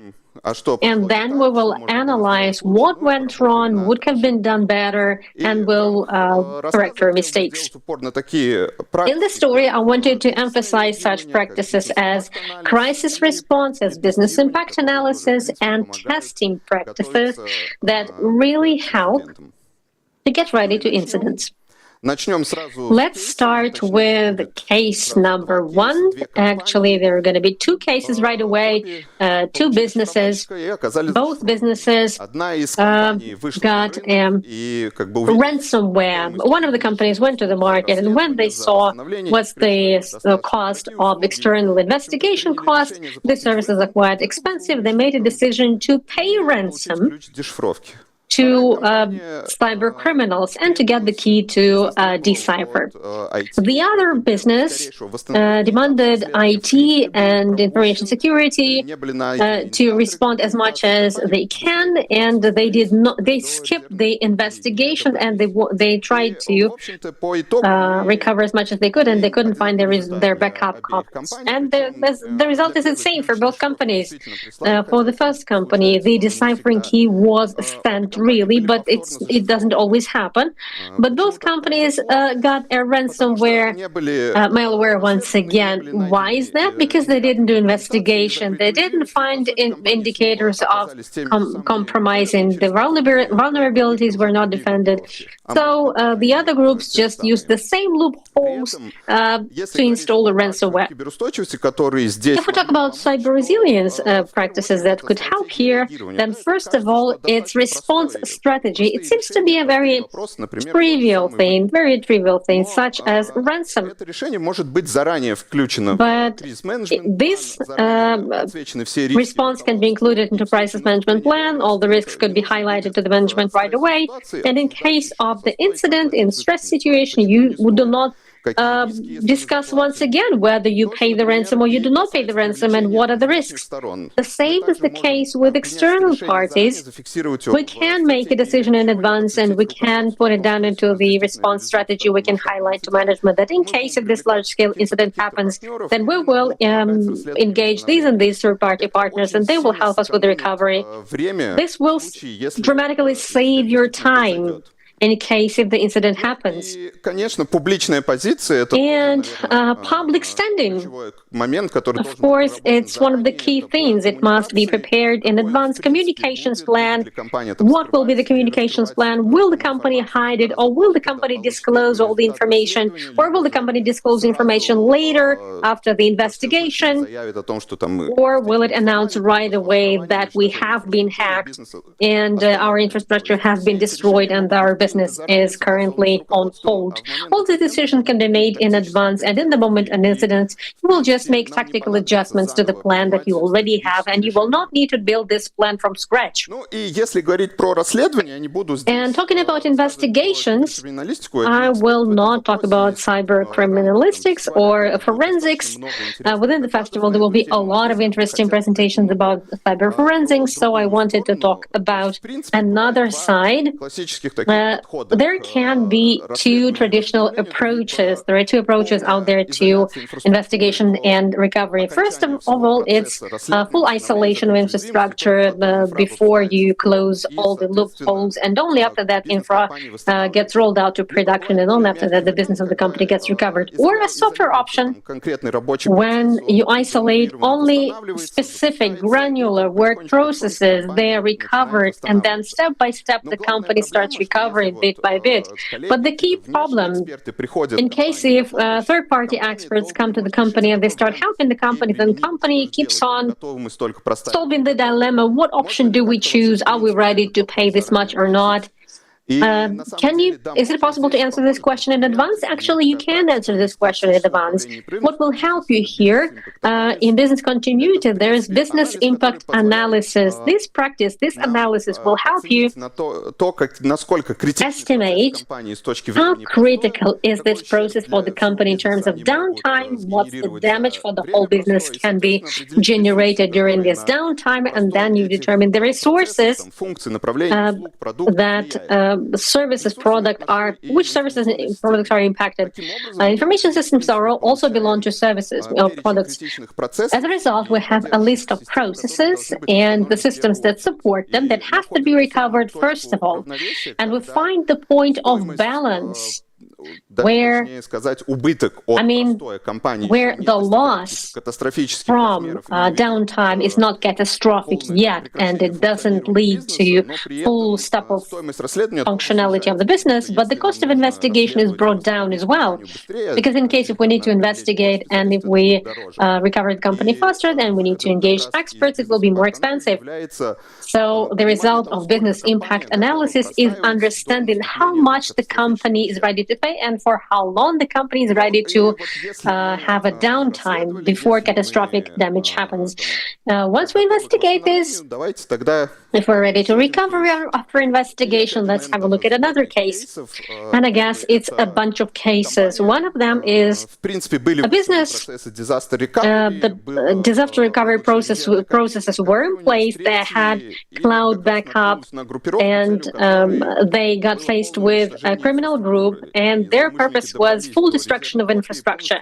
And criminals reached out to backup copies, and they deleted all the backup. They damaged them, and it took about a week for the company to recover. And so the downtime was a week, and full recovery is still not complete. The other case, a backup copy, even if backup copies do not suffer, the company recovers, it starts processes, and almost right away it gets infected immediately. Why does it happen this way? Because actually one of the key steps after recovery is inspection and verification of the backup copies based on compromising steps, as I mentioned in the first part, and closing vulnerabilities. In advance, we can make a few steps, taking a few steps in order to make sure that recovery happens more smoothly. First of all, we should defend the contour of the backup copies. And when I'm talking about the backup copies, I'm not talking only about copies themselves, but also critical testing. In case if there's a criminal in the internal network, can he make it to the contour of his backup copies, and can he destroy the backup copies as well? So recovery testing is an important thing as well, because even in case if we get distracted from the information security incidents, recovery from infrastructure, particularly if you're using storage and large-scale recovery, then those experts that could not have experience in this, for them it may take a long time to recover, and the process will not work right. If you do it for the first time, some things may go off the plan, and backup copies must be tested for integrity once in a while. So recovery tests. Testing recovery plan also really helps. And what brings together all these cases? What are the common things among them? Let's take a mature company as an example. It may be a financial sector company, and they have a typical business continuity management in place. Overall, if you look at this company, then information security is usually focused on defense, on detection of threats, and it's usually applied to the contour before the incident happens. And the typical business continuity management usually focuses its risk on man-made catastrophes, natural catastrophes. They write plans for different pandemics, and they keep on doing this. And in case of a large-scale incident is happening, then they're engaged at last stages of post-mortem, or do they just estimate the losses. IT have a lot of pain points. They have a lot of requirements from business, time to market, availability, and they don't have much time for recovery plans. But when real incidents happen, then in those cases that I mentioned, it happens so that, first of all, the area of responsibility, well, it takes a long time to determine it. Information security and IT keep on pointing fingers at each other, and they're trying to investigate the incident. IT, first of all, wants to recover business processes, because when business come to IT, it doesn't matter for them what's the reason. It's just not available to them. And business continuity management is usually kicks in at the last stages, when they just estimate losses and they just make reports. Actually, business have not been asking whether it happened to us a long time ago. Now the question is, what are we going to do in case if it happens to us? Because large incidents, large public incidents are getting more and more numerous, and businesses are asking a reasonable question: what are we to do? So we can, even currently, we can use in the time of import substitution, we can build cyber-resilient infrastructure and cyber-resilient processes. What's necessary? First of all, I think I have mentioned this, it's synergy of all three components: IT, information security, business continuity management, risk management. So these people who write crisis management plans, and they understand the HR strategies in case of dramatic incidents. This synergy really helps us build cyber-resilient businesses. And then, when we're answering the question, what are we going to do in case if it happens, then we will answer that we know what we will do, we have a plan, we know what's going to be the downtime, and we're not scared. But these all are large-scale tasks. It's reshaping the company, reshaping the mindset in order to become different people, to start interacting and have synergy. But there's a simple way to check it and to show it to top management. And I'm talking about testing, of course. There are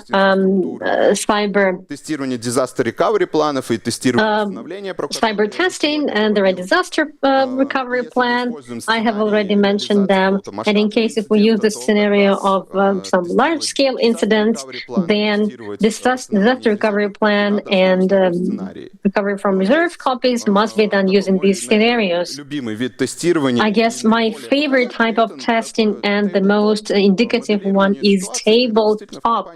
When you're modeling the situation when ransomware really kicks into the company or full destruction of infrastructure. It's not difficult. There are ready-made scenarios in CIS, and there are ready-made scenarios in many foreign ministries that are engaged in information security and IT. We prepare quite a detailed scenario turns. We take together put together steps. We bring together the team managers, HR, PR, so all managers get together, and step by step they review this scenario. And in case if you do this testing, then you will have an impression that they have never spoken to each other before, and they have never modeled this situation before. This will be the impression. So the result of this testing will be a lot of potential growth opportunities in terms of process, in terms of technology, because testing implies that managers take part in it. And in case if managers from IT company are saying that we will recover for sure, but the top management must say, okay, let's do the testing. Let's test the disaster recovery plan in case if an incident happens, an incident related to ransomware, and prove to us that you can recover in the time that you promised to us. And as a result of this test, we see the level of cyber resilience, and we understand what will happen to the company in case if defense has a loophole and if an incident happens. перейду к выводам, да, я уже говорил. And let me get down to conclusions. I have mentioned many times. The key conclusion is simple. No new rules of cyber resilience are offered. These are traditional practices, best practices of cyber resilience. They are still the same. They're available in most of the companies that are present here. Typical practices of IT management, business continuity practices, not necessarily as a separate organizational unit, but just these practices. And they all must be under one umbrella with one goal, to understand what we will do in case if a large-scale incident happens. If we put together all these practices and they're already available in the company, then we will get a cyber resilience and we will not be scared of these incidents. We will just understand, okay, it happens. We will have X downtime, we will have this and these losses, but we know how long it will take to recover and what we will do. So that's all that I have. Now a little bit of advertisement. Let me advertise myself. Here are my contact details. I have a contact related to crisis management, business continuity, and our community JET cyber camp, and information security experts can talk to each other there, can interact, can do some tasks, and even get some gifts. That's all that I have. Thank you very much.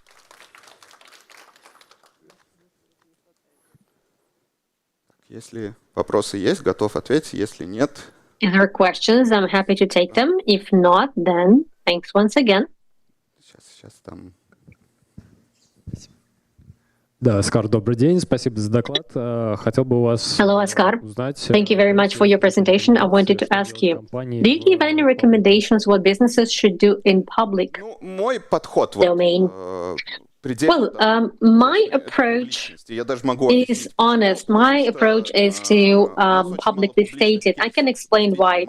We have very few public cases, and we really see that if we have more of these cases, in case if something leaks and the companies come to a stop for a long time, then it helps management make their decisions, because when we defend our budget or something else, when we talk about threats and we talk about potential losses from this downtime, some people may have a question of where is it going to happen, but actually much more incidents actually happen rather than we see in the public domain. So my recommendation is to be as public as possible to help the whole market, but of course it's up to you whether you will follow this recommendation or not. Thank you.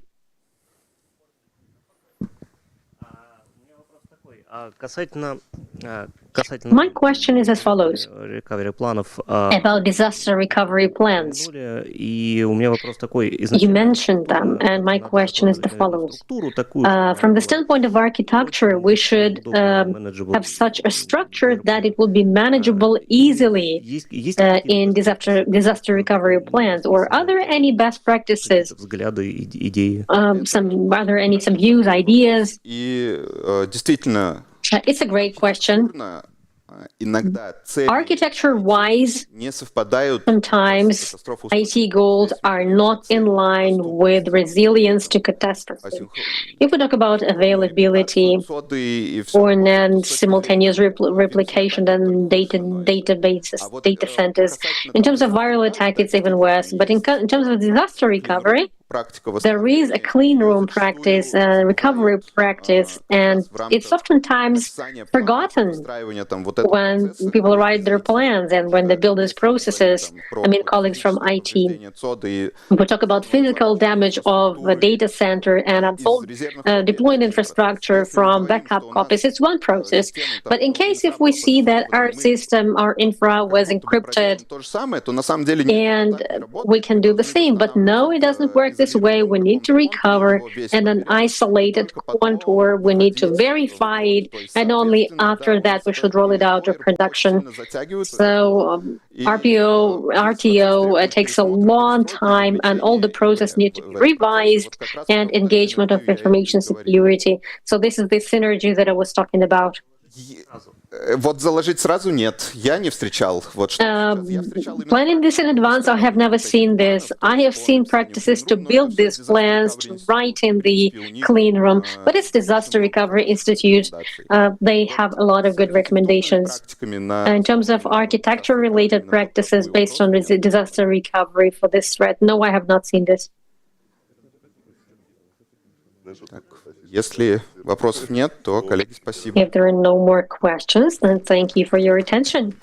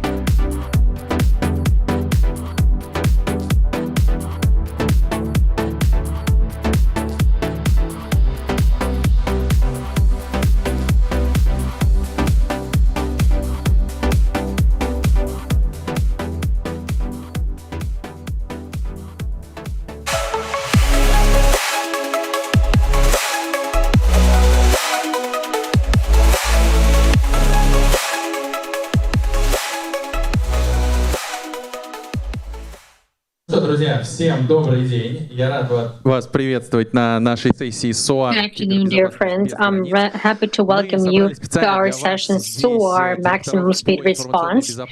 We have information security directors here from different companies and different businesses, from different specificity, different size of companies, so that they share their experience of SOAR introduction, so automation introduction, the difficulties that they see on the way, the results. My name is Arkady Gluzhenkov. I am RBC IT editor. For 10 years, I have been writing about IT and about information security as well, of course. It's a pleasure to me to introduce you to our speakers today. Roman Shapira, Head of Information Security, Russian Post. Hello, Roman. Dmitry Baldin, заместитель директора департамента. Dmitry Baldin, Deputy Director of the Department of Information Technologies and Digital Development, Roshydro. Hello.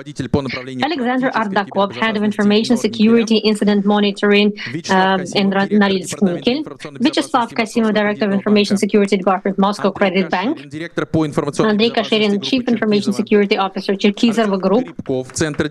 Artyom Gribkov,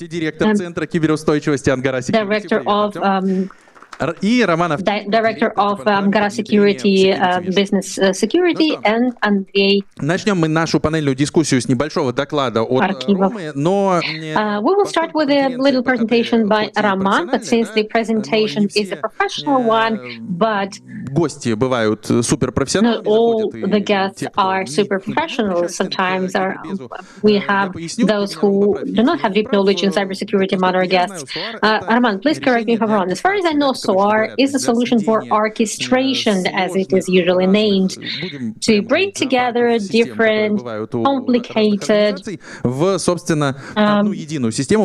that happen in different organizations into one system, to bring together different menageries. Roma, before you start, what did the menagerie on your end look like before you introduced orchestration? Hardly anyone calls a strategic Russian Post. Hardly anyone calls the Post of Russia as menagerie. But we've had a lot of information systems that gave different response to different systems, and they would collect different logs. And there were a lot of information security methods. I cannot tell you about them today. There were a lot of them. But they also give some incidents in information security. Otherwise, how would information security would be built if there's nothing to analyze? But before we continue, you have rightly mentioned that among our audience, we can have those people who may not be aware of SOAR, and we also have people who know what is SOAR. Let's play the game. Please raise your hands, those who know what is SOAR. Кто купил SAR? All right, who bought SAR? Please come up on stage. Кто хочет купить SAR? How many of you do want to buy a SOAR? Надо сворачиваться, потому что... Katya, I think we should wrap this session because nobody wants to buy the session. It's because you have not told about it yet. Maybe we should test as a result of your presentation. All right. We are not expert in sales. In case if we sell the desire to buy SOAR today, then please respond in the end, all right? Как будто ты комиссионный потом хочешь взять с этого. Your mood is like you want to charge commissions as a result of that. I'm from Post of Russia. We deliver happiness. Come on. So let's have a look at the world from the shoes of a large corporation. One more stupid question. I'm sorry. Today I'm in the mood to ask stupid questions. How many of you think that Post of Russia is a huge IT company with a complicated IT infrastructure, with high degree of centralization? Roman, put your head down. And complicated mechanisms inside that allow for it to function in such a way that SLA on delivery is 9.999.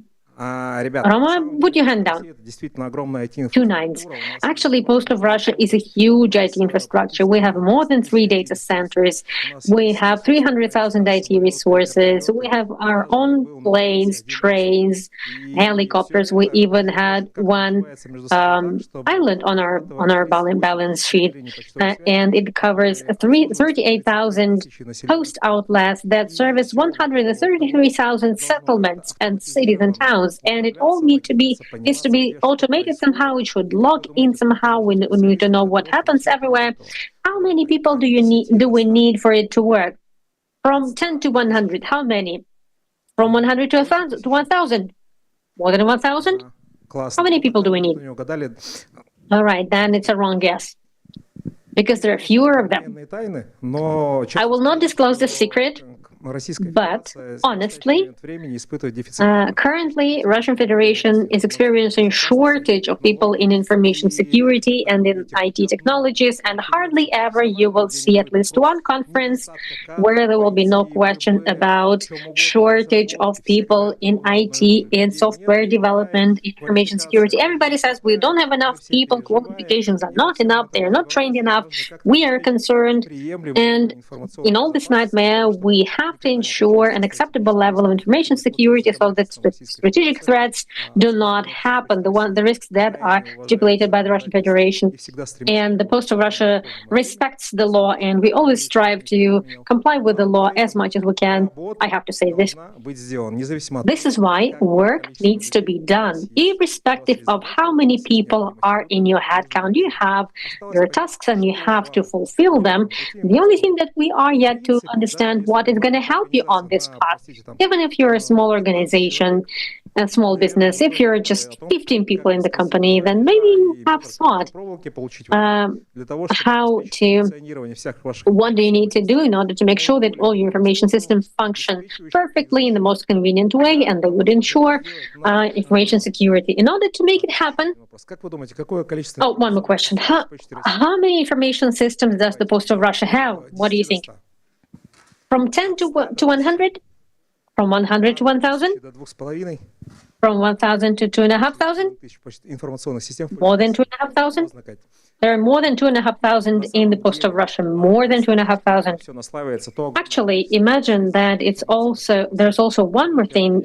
We need means of information security. I will tell you nothing about that in detail, but we have a huge number of logs, and the peak load on peak CM load is 12.5 million events per second.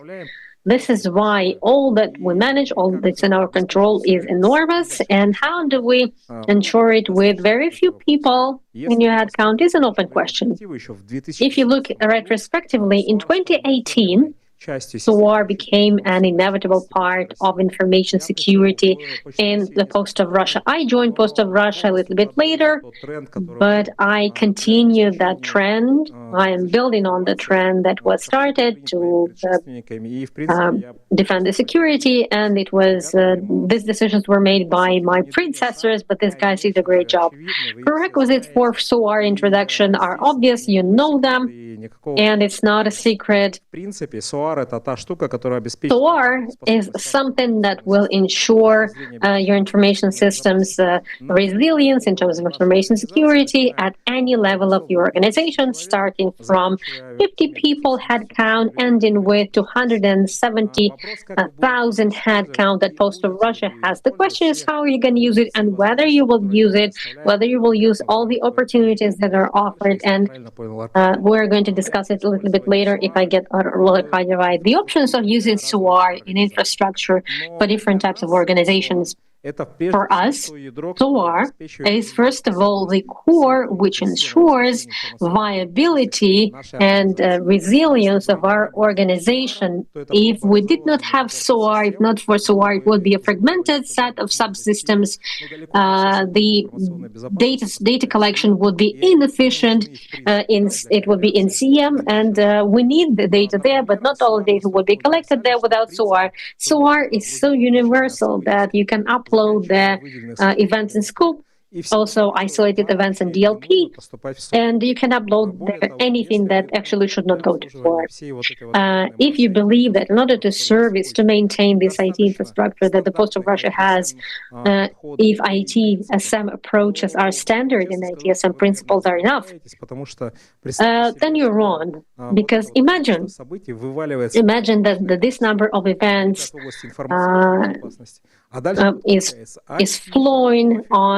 poured on a limited number of people. Then IT guys get connected, and the other guys get connected, and they all need to see these events. They need to respond to these events, and they need to bear the responsibility that comes from criminals as well.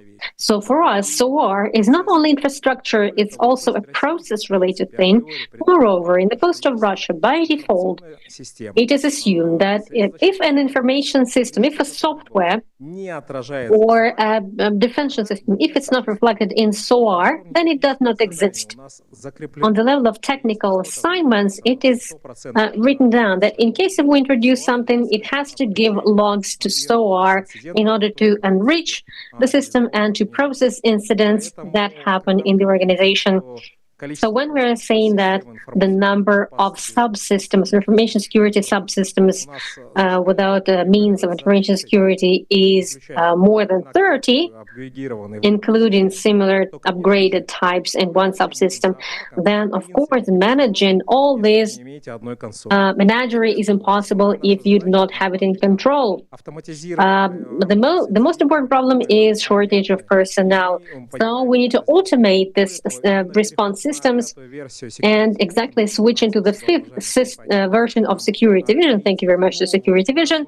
It helped us to reach new products and get hold of new playbooks that helped us become as flexible as we are right now.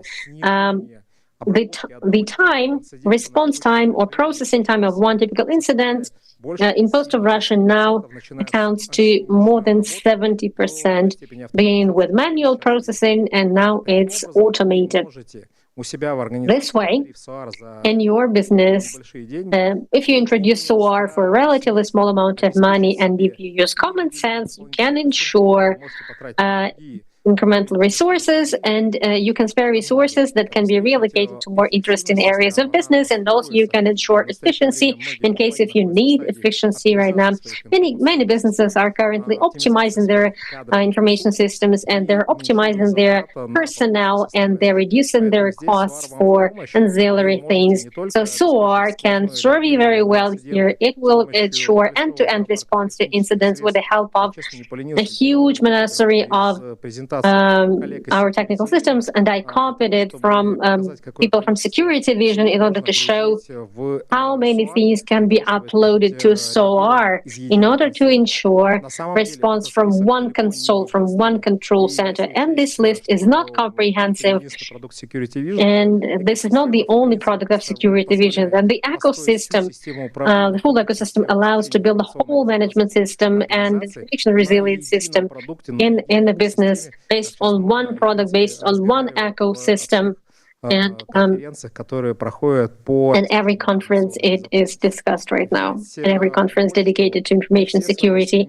Moreover, we all are striving to implement not only information security system, but also information security system, the kind of information security system which will be super resilient, cyber immunity. It has different names these days, but you are buying security measures not just to stand idle, but you are buying these measures in order to really protect you in case of attacks. So your magic wand is SOAR, which will help you automate everything. It will help you prioritize by lines. It will distribute among IT. It will introduce best practices in IT and SM, and it will do it so well that in your organization you will truly be able to manage information security instead of looking into a bunch of different consoles. Best practices saying that administrator of CM system usually forgets their password during the year in 70% of cases.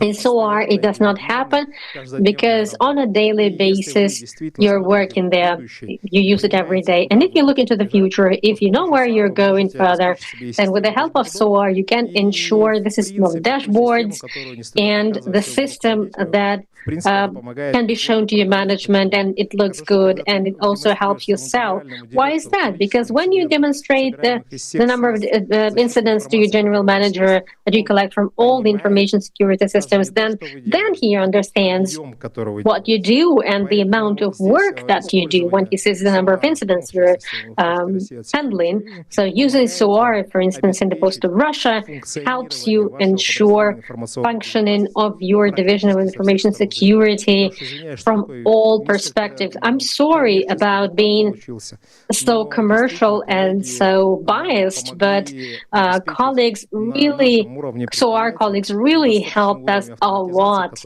to introduce such a level of automation, and right now we cannot complain that we don't have enough people, and we can't say that we don't have enough support. But the support we receive from SOAR, it really enables us to manage a huge organization with very few personnel, and we can prove our efficiency to the leadership. Thank you very much. Of course, it makes me happy that you told me that I shouldn't use the word mercenary, and then you started using the word mercenary yourself. But I wanted to ask our colleagues more. I'm sure if you talk to salespeople, let me not point fingers at those companies that are present here, and they're on stands around us, but they will say that our CM is a great thing. It will digest everything, just upload everything. You don't need SOAR, particularly in case, maybe in Post-Russia needs it. Post-Russia is huge. They even have a donkey on their balance. But in case if you're a smaller company, then you don't need it. So why shouldn't we rely on CM in all cases? And how are you using SOAR? Let's go one by one, the order that I have in the document, because I have spoken to people in advance. May I start with Alexander? Sasha, please tell us, how are you using SOAR? Arkady, well, for us, first of all, SOAR is about automation. So the matter, can we use CM, or can we rely on CM completely, or is it a machine that will digest everything? But this is a system that solves different tasks. Why would we use CM as well? It's important to understand automation for me is a high level of any process. It's cherry on the pie. Automation requires at least a well-built process, a thorough-built process. So for us, SOAR is a system of process automation and response to incidents. And so we have additional other things that we achieve with the help of SOAR. So as far as I get it right, in case if you can automate processes, you write it the right way, SOAR, then it's mature enough and you know what you need to do. Because if you cannot introduce a process to SOAR, then you need to go to the person who writes down processes because say that the process doesn't work. Exactly. As I said, in my understanding, it brings automation and it's cherry on the pie. The process must be built clearly, and automation will just achieve goals to improve efficiency. But in case if you have a process, then SOAR will not be able to help you. It will not bring any magic. All right. Yes, please. Let me build on what my colleague said. If you don't have a process, then I guess nothing will save you. But once you start automating things, that it really demonstrates the gaps and the inefficiencies in your processes. So you need to see where is the inefficiency in your process. In case the process cannot be automated, then it's difficult to automate it. Then it will not be very convenient to work according to this process if it's not automated. Because bit by bit they work well, but the whole process doesn't work right. Correct. Dmitry, can I engage you into this conversation? Risk Hydro is an extensive organization, just like the Post of Russia.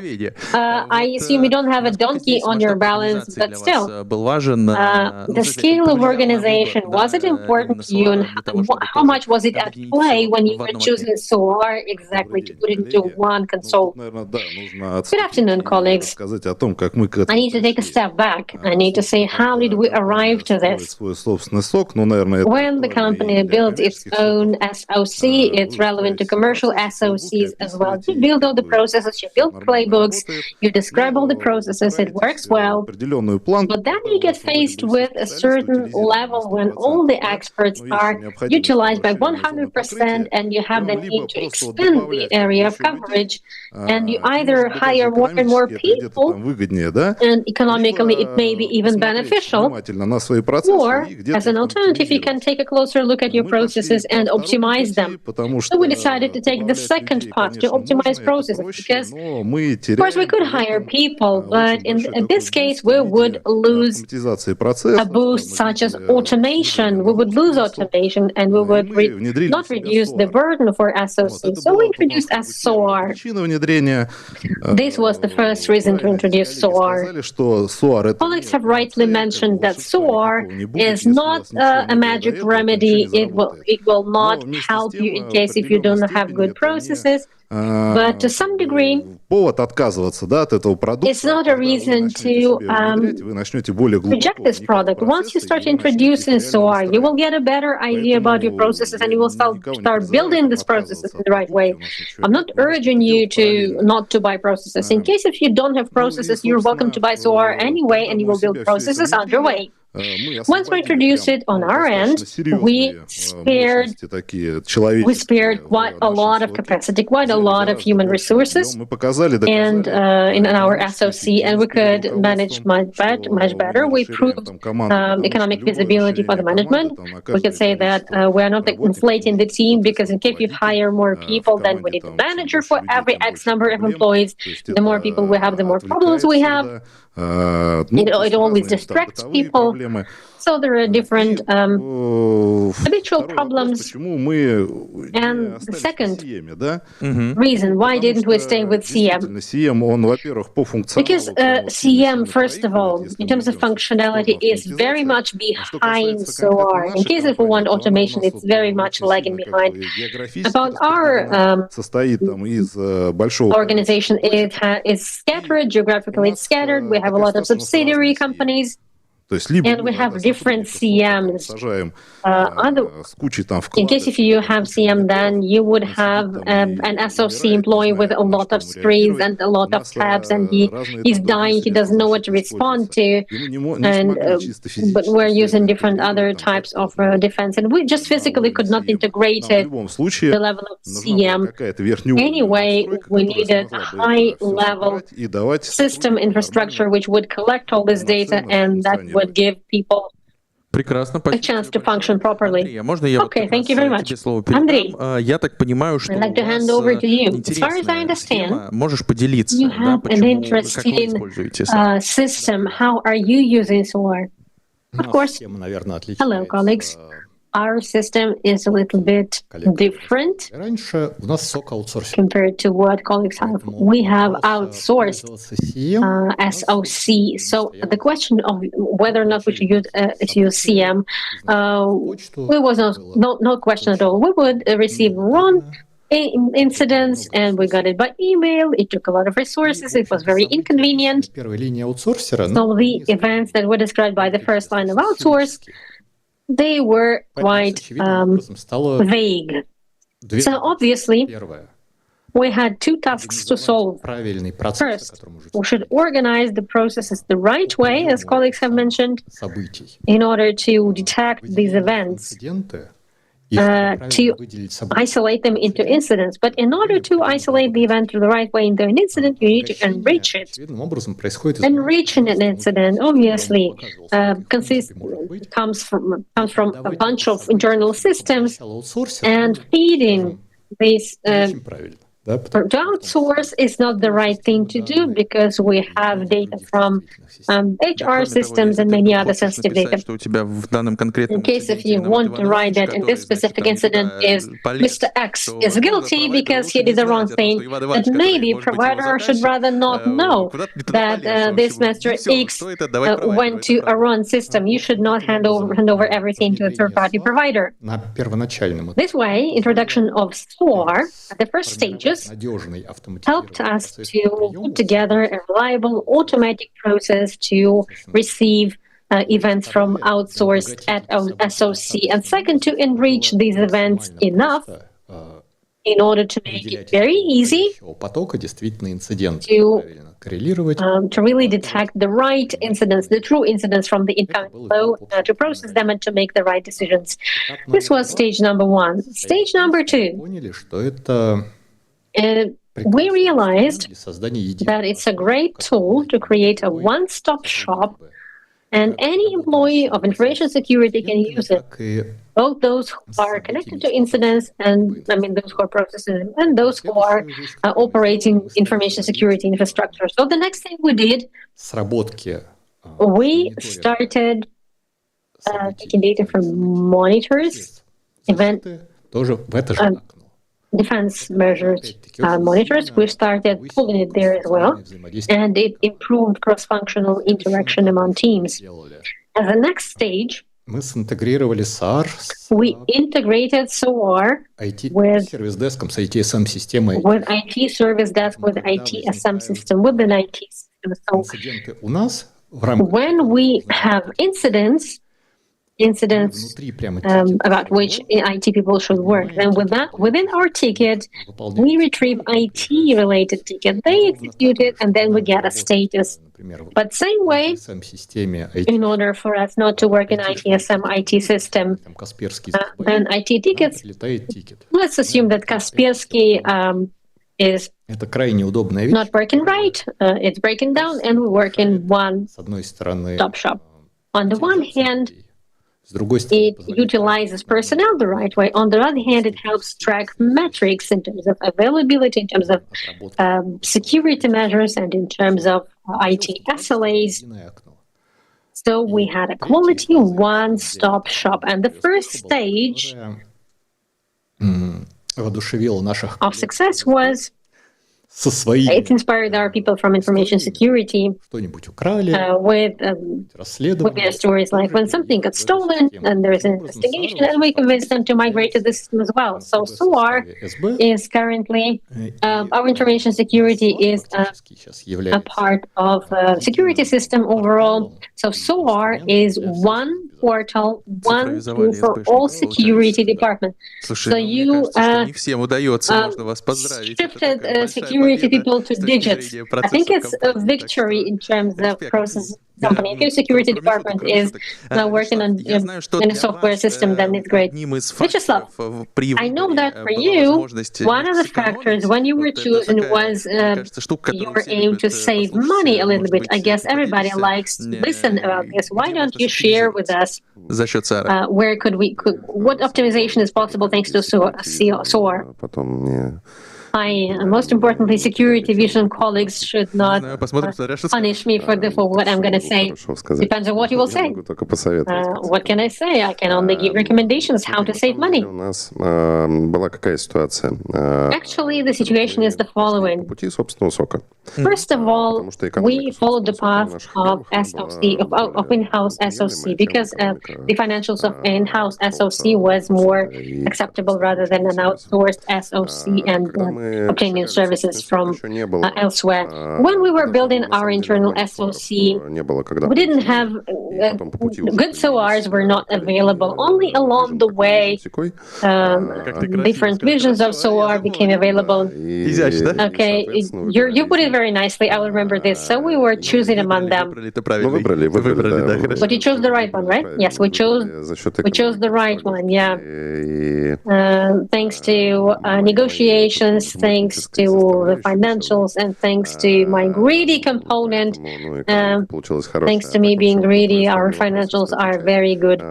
Aside from that, if I answer your question, you can take CM, and everything is available in CM. You can automate response based on CM. You can automate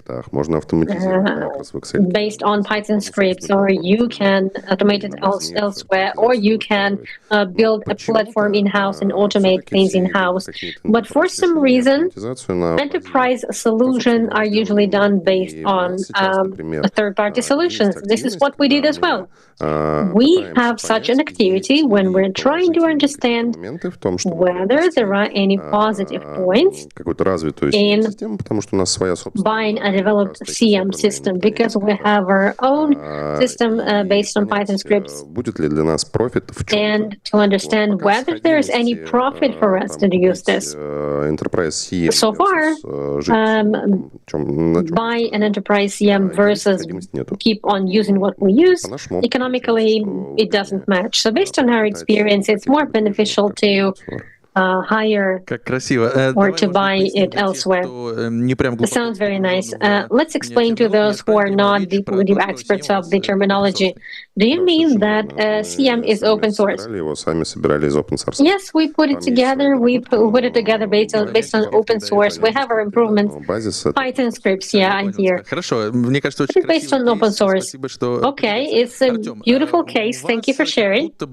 Artem, it seems that obviously you need SOAR because you have a commercial SOC, and there have been a few comments from the industry that the financials do not add up, but you have a lot of clients. Do I get it right that SOAR gives an opportunity to bring everyone to one-stop shop, or are there any deeper layers of meaning? As usually, I'd like the answer to be very concise and simple, but unfortunately, it's not always true. Let me split.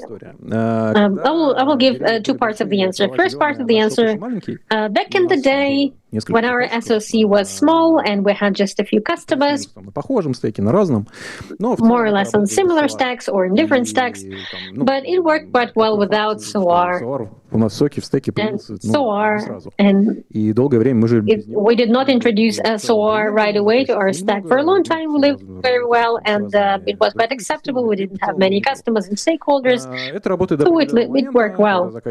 It works until a certain point in time. When you get 10 or 20 stakeholders, then it becomes doubtful. When you get more than 50 stakeholders, then it's not feasible to discuss it. And based on the task at hand, it happened so that we had a lot of stakeholders. We have 2 monitoring centers, and at some point we need to work with them. It's clear, and it's clearly correlated with what colleagues have already mentioned many times. I just wanted to dig a little bit deeper. When we have centralization, one-stop shop, one contact point, then this is true. Through the lens of commercial SOC, let me say the following. We have analysts shift, and they work with incidents, and we would really like to make their life easier and to automate as much as we can. Not only in terms of a response to automate it, but to automate what information does analysts get. In our case, in a certain time, we couldn't do without CR, and we had to enrich the context so that when analysts opened the incident, we would have a full picture, very clear picture, clear description of what happened. It helps to simplify the work. Analysts are happy. They not get burnt out, and they're not complaining. On the one hand, this fact. On the other hand,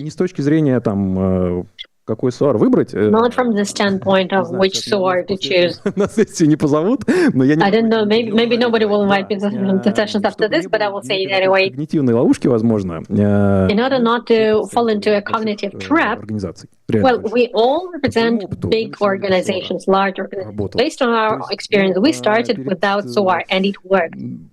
At some point in time, if you are a large enterprise, if you have many components, many stakeholders, then there are no alternatives to SOAR, actually. But if you're a medium or small enterprise, oftentimes my heart aches because of this. We have forensics department and incidents handling, and we have looked at different cases. And there was one case, which is like the reference case, I guess. When you come to an incident, зрелости. Безусловно. All companies have different level of maturity, of course. And sometimes prioritization is distorted in terms of information security in the company.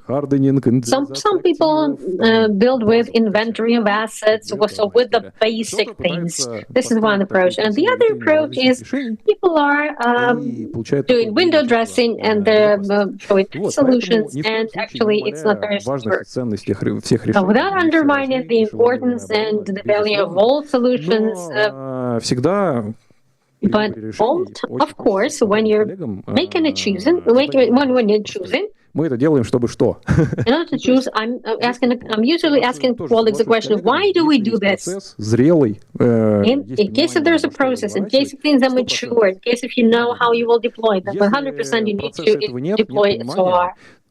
Посмотреть обязательно. In case if you don't have an understanding, in case if processes are active, then you need to talk to integrators, you need to look into services.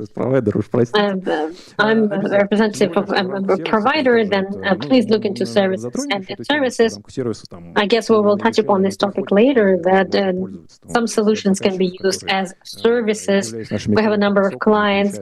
They are our clients in SOC, and they also get access to SOAR, etc. Прошу прощения, кратко не получилось. This is why, I'm sorry, my answer is quite long. SOAR is great, amazing, very useful. Всем рекомендую, но трезво. It's highly recommended to everyone, but please take a rational approach to your level of maturity. Thank you for the honest answer. You have a question, right? I wanted to support colleagues. Roman has mentioned the speed of incidents processing is reduced by 70%. It's a great indicator. It's a great number. But what if the defense processing will drop by 15% and you spend dozens of millions and this is the result? The question is, why do I need this? And you need to have approximate estimate what's going to be the result. And as my colleague is rightly saying, you need to test it at introduction. So during pilot, you need to understand what's going to be the financial effect of our goals. Thank you very much. Thank you for this remark. Roman, I think we should engage you into the conversation. I wanted to discuss two things with you. First, colleagues have mentioned a lot of interesting cases. Maybe you have more cases to share. And also, I think Artyom touched upon the right topic. When does it not make sense? When you're working with a client, with a great vendor, in a good time, and in case if you feel that it's premature, you shouldn't introduce it, then you should say, guys, please improve this and this and this, and we can help you with our expertise, with our advice, whether we will use our solution or some other solution. So you will have two questions in one. Are there more cases? And the second question is, when is it premature for companies to introduce SOAR? Let me answer your question. Actually, about cases, we have a lot of cases actually, because as you look into it, then you want to get more and more, because SOAR is a conveyor belt of automation, and a lot of things can be done. As Andrei said, they started with one thing and then they pulled all the security personnel there. I can make some cases that are around incident management, because SOAR is about incident management. It's about knowledge database. It's about managing shifts that are at work on duty and reporting. So these cases are done with SOAR. Second thing, about automation. There are processes, there are other processes not engaged in response to incidents in SOC as well. These processes may be connected to CEM, managing sources, managing use cases, etc., some auxiliary approaches, vulnerability management, headhunting, etc. I guess this is the second domain of cases. And the third one is when you automate some routine activity. It's just a task tracker in information security. It's very pleasant. Or to automate your daily processes. For instance, when you are building an account, making an account in some systems, it all should be automated as well. And one last thing, if we look very broadly, Actually, как oftentimes SOAR is used as a certain tool некоторый контроль. that could be used to control, to introduce control. What do I mean? Сотрудник увольняется. A case from our practice. An employee leaves the company. Information security wants to be sure that his accounts are blocked everywhere. What regular process could verify this?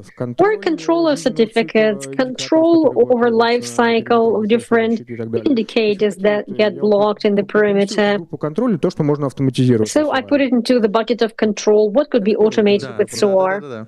This is the answer to the first question. Yeah, second question. В итоге коллеги у меня When I was getting ready, сняли с языка, действительно, наверное, colleagues well говорит, я ничего не answered almost for me. If the customer says, "I know nothing, I want SOAR really because it will solve all our problems," I guess this is not the case when you should buy SOAR. This is the case when you should help a person to understand what's going on, to take necessary steps to be mature enough for SOAR.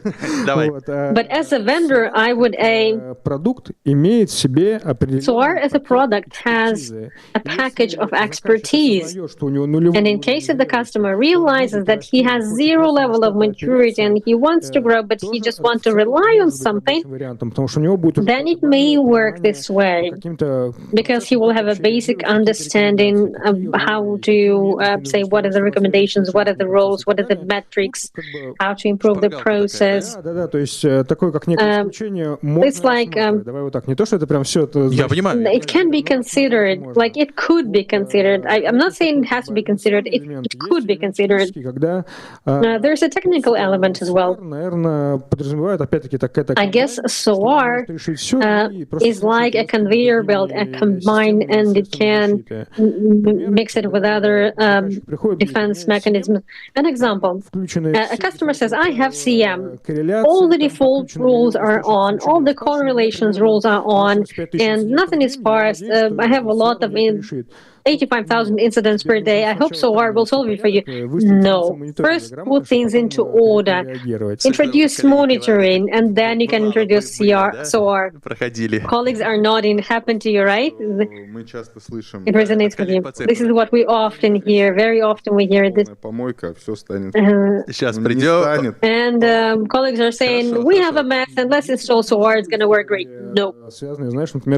There are other stories connected to anti-fraud. Why do we need anti-fraud system? We will put it all into SOAR, and it's going to do the magic. No, it will not. Similar case when people want to build corporate and internal system of reporting that's uploaded to SOAR. It will visualize everything to us, and it will help us track everything. No, actually, it's a biosystem. Examples of these cases when SOAR, these are the examples of cases when it will not work for companies because it's a solution of a different class and there are principles and architecture that will not work. Andrei, Roma, you would like to add, right? No, I wanted to build on this. I'm hearing a certain mismatch. Or even a confusion. There is goal setting. People who want to buy SOAR, they believe in SOAR as into a sacred tool that will do magic for them. And separately, there's SOAR. Actually, I'm listening to colleagues and I get a question. Let's name it our ARP SOAR class. Is there a time when it's premature? Is there the right goal setting in place? So you are at zero maturity. I love these conversations about the level of maturity, but you need to start from something. You can start with Excel, putting the financial aspect beyond the brackets because people may not have enough money, but you can start with Excel spreadsheets, or you can start with a system that's already working. And Roma put it right, this way or another. It's a combination of system anyway. You can start with ticketing, you can start with some basic integrations, you can start with tracking some metrics. You will build your processes automatically, putting them into the ready-made system that knows how to work with this. So, is there a point when it's premature to install it? No, I don't think so. But may there be And mistake in goal setting when you believe in SOAR like in Silver Bullet, then yeah, it may happen. Thank you. I have a question. Give this task to Incident Monitoring Center, and with SOAR they will be busy one day, and if they don't have SOAR, they will be busy all the time.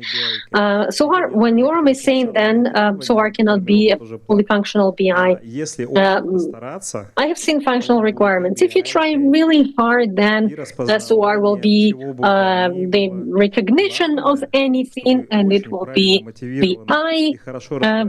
Most importantly, the contractor who knows his product very well could have an understanding in case if he does not do this. These offerings are superb, and you cannot even say no to them.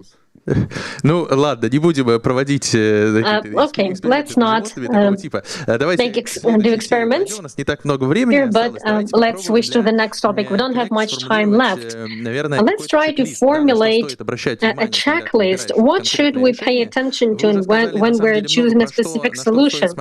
You have mentioned a lot of things that we should look at inside the company at the goal setting, the situation, readiness to work, readiness to build expertise, whether the processes are mature enough. But what should we look at when we're choosing the product? Vyacheslav, let me start from you. You have a role today of the person who is responsible for the financials. From the standpoint of mathematics, if we look at this, how did you approach this? How did you choose exactly this solution?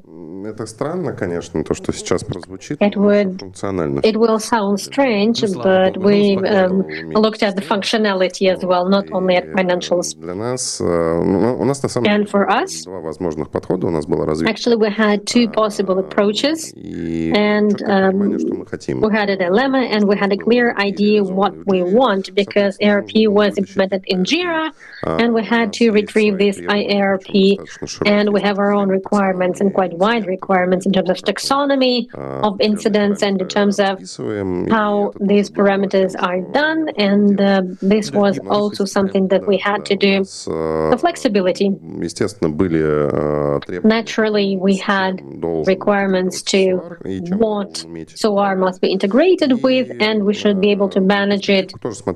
And we were looking in the long-term run as well. And we chose exactly this version of SOAR because colleagues from Security Division provided a platform where you can do product development, and as Roma said, you can write code anything based on SOAR, especially if you have a great experience of the Python-based scripts. Yeah, and in case if you have enthusiasts who are ready to invest in this, and if you not only recommend them to do this, but if you also threaten them with some punishment, so you can integrate it with a lot of things. You can manage a lot of things using SOAR, and it should be done, obviously. So once it all is formulated, then the financials add up. Sasha, I'm sure you have the answer. What should you look at? Flexibility has been mentioned. Flexibility, right? I wanted to get distracted a little bit. I believe the market is such that, as colleagues have mentioned, sometimes you may run between two visions. When we chose SOAR, these were the years when Western solutions were available, and we used a pilot, and we assessed based on specific cases, and we realized that actually in this class of solutions we need a Russian vendor, because I guess colleagues will not invite me to the sessions anymore, but I will just say SOAR is not the solution that works right away, right out of the box. It requires an adjustment. It needs to be adjusted to the customer, and we know that our vendors are ready to accommodate it. году уже выбрали... This is why in 2020 we made a choice towards a Russian vendor. And what should you look at? Flexibility, expertise, expertise of the vendor, expertise of the partner, maturity of your processes, and the tasks that SOAR is supposed to solve for you, and functional opportunities. Great, Roma. Please continue the list. We respect the criminal code. There is Federal Law 44, and it's followed by Federal Law 223. We rely on those requirements that we have towards the product. And Slava rightly mentioned that functionality is our all. When you're saying functionality, please don't forget that what exactly you need, but not what helps you, what other colleagues help you write, including different functions available in different vendors. But most importantly, don't forget about yourself. I will keep on repeating this. I will never stop repeating this, even if you don't invite me to the session anymore. Judging by the word in every person, every participant have mentioned, every panelist have mentioned that will not invite you anymore. Of course you will. SOAR is actually a necessary thing, and salespeople in the front row, security vision people, they will always provide you a good reason to use it, and they will always explain that even a small organization, if it gets SOAR out of the box, when I'm saying a small organization, I mean 1,100 people or 1,500 people. It can work out of the box, and it works well because you can attach there your antivirus and your resilience assessment based on the federally approved systems, and they will be merged there perfectly well, and they will live very well. Maybe it will help you to fine-tune your processes. But if you have a lot of processes, then indeed it will not work right out of the box. I guess we all don't have the solutions. Just like any large software which includes a lot of processes, it will require a lot of integrated.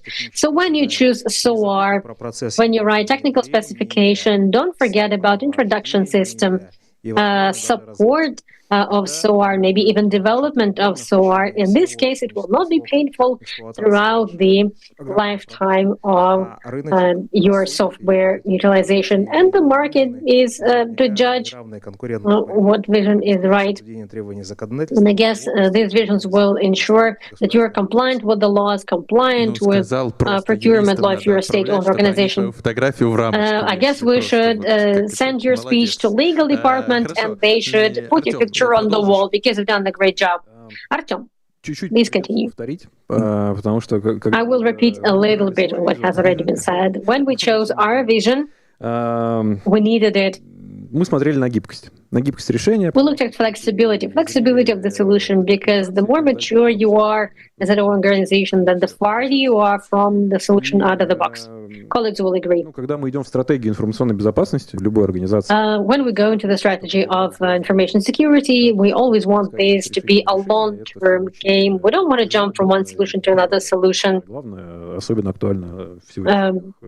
It's the most important thing, particularly in the world today. So it's important to look at the partner, whether the partner is ready to accommodate your requests, whether he's helping you to solve your tasks.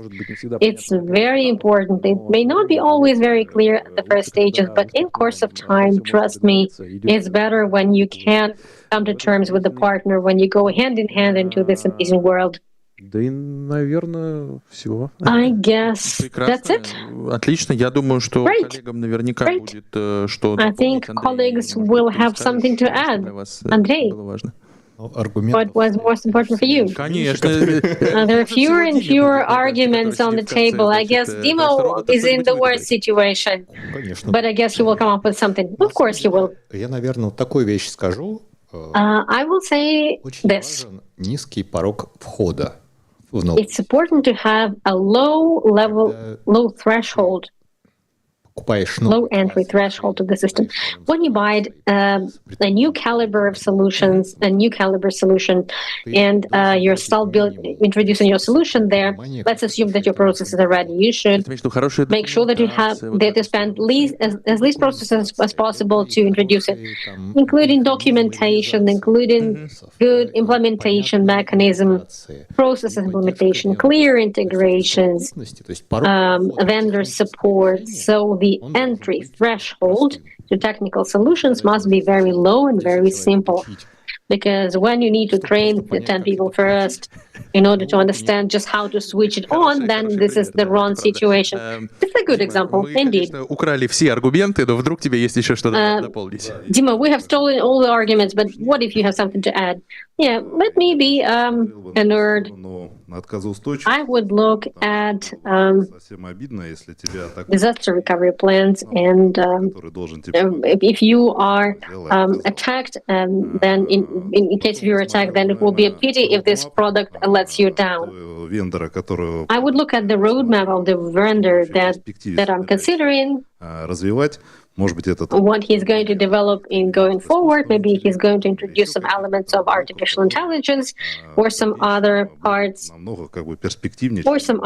will be much more promising than in the competitors. So you should look at failure tolerance, fault tolerance, and usability related to settings and fine-tunings. It should be low code or no code setting up, so that people who don't have a good idea about software development, when they do drag and drop different parts, then they could just set up a good system.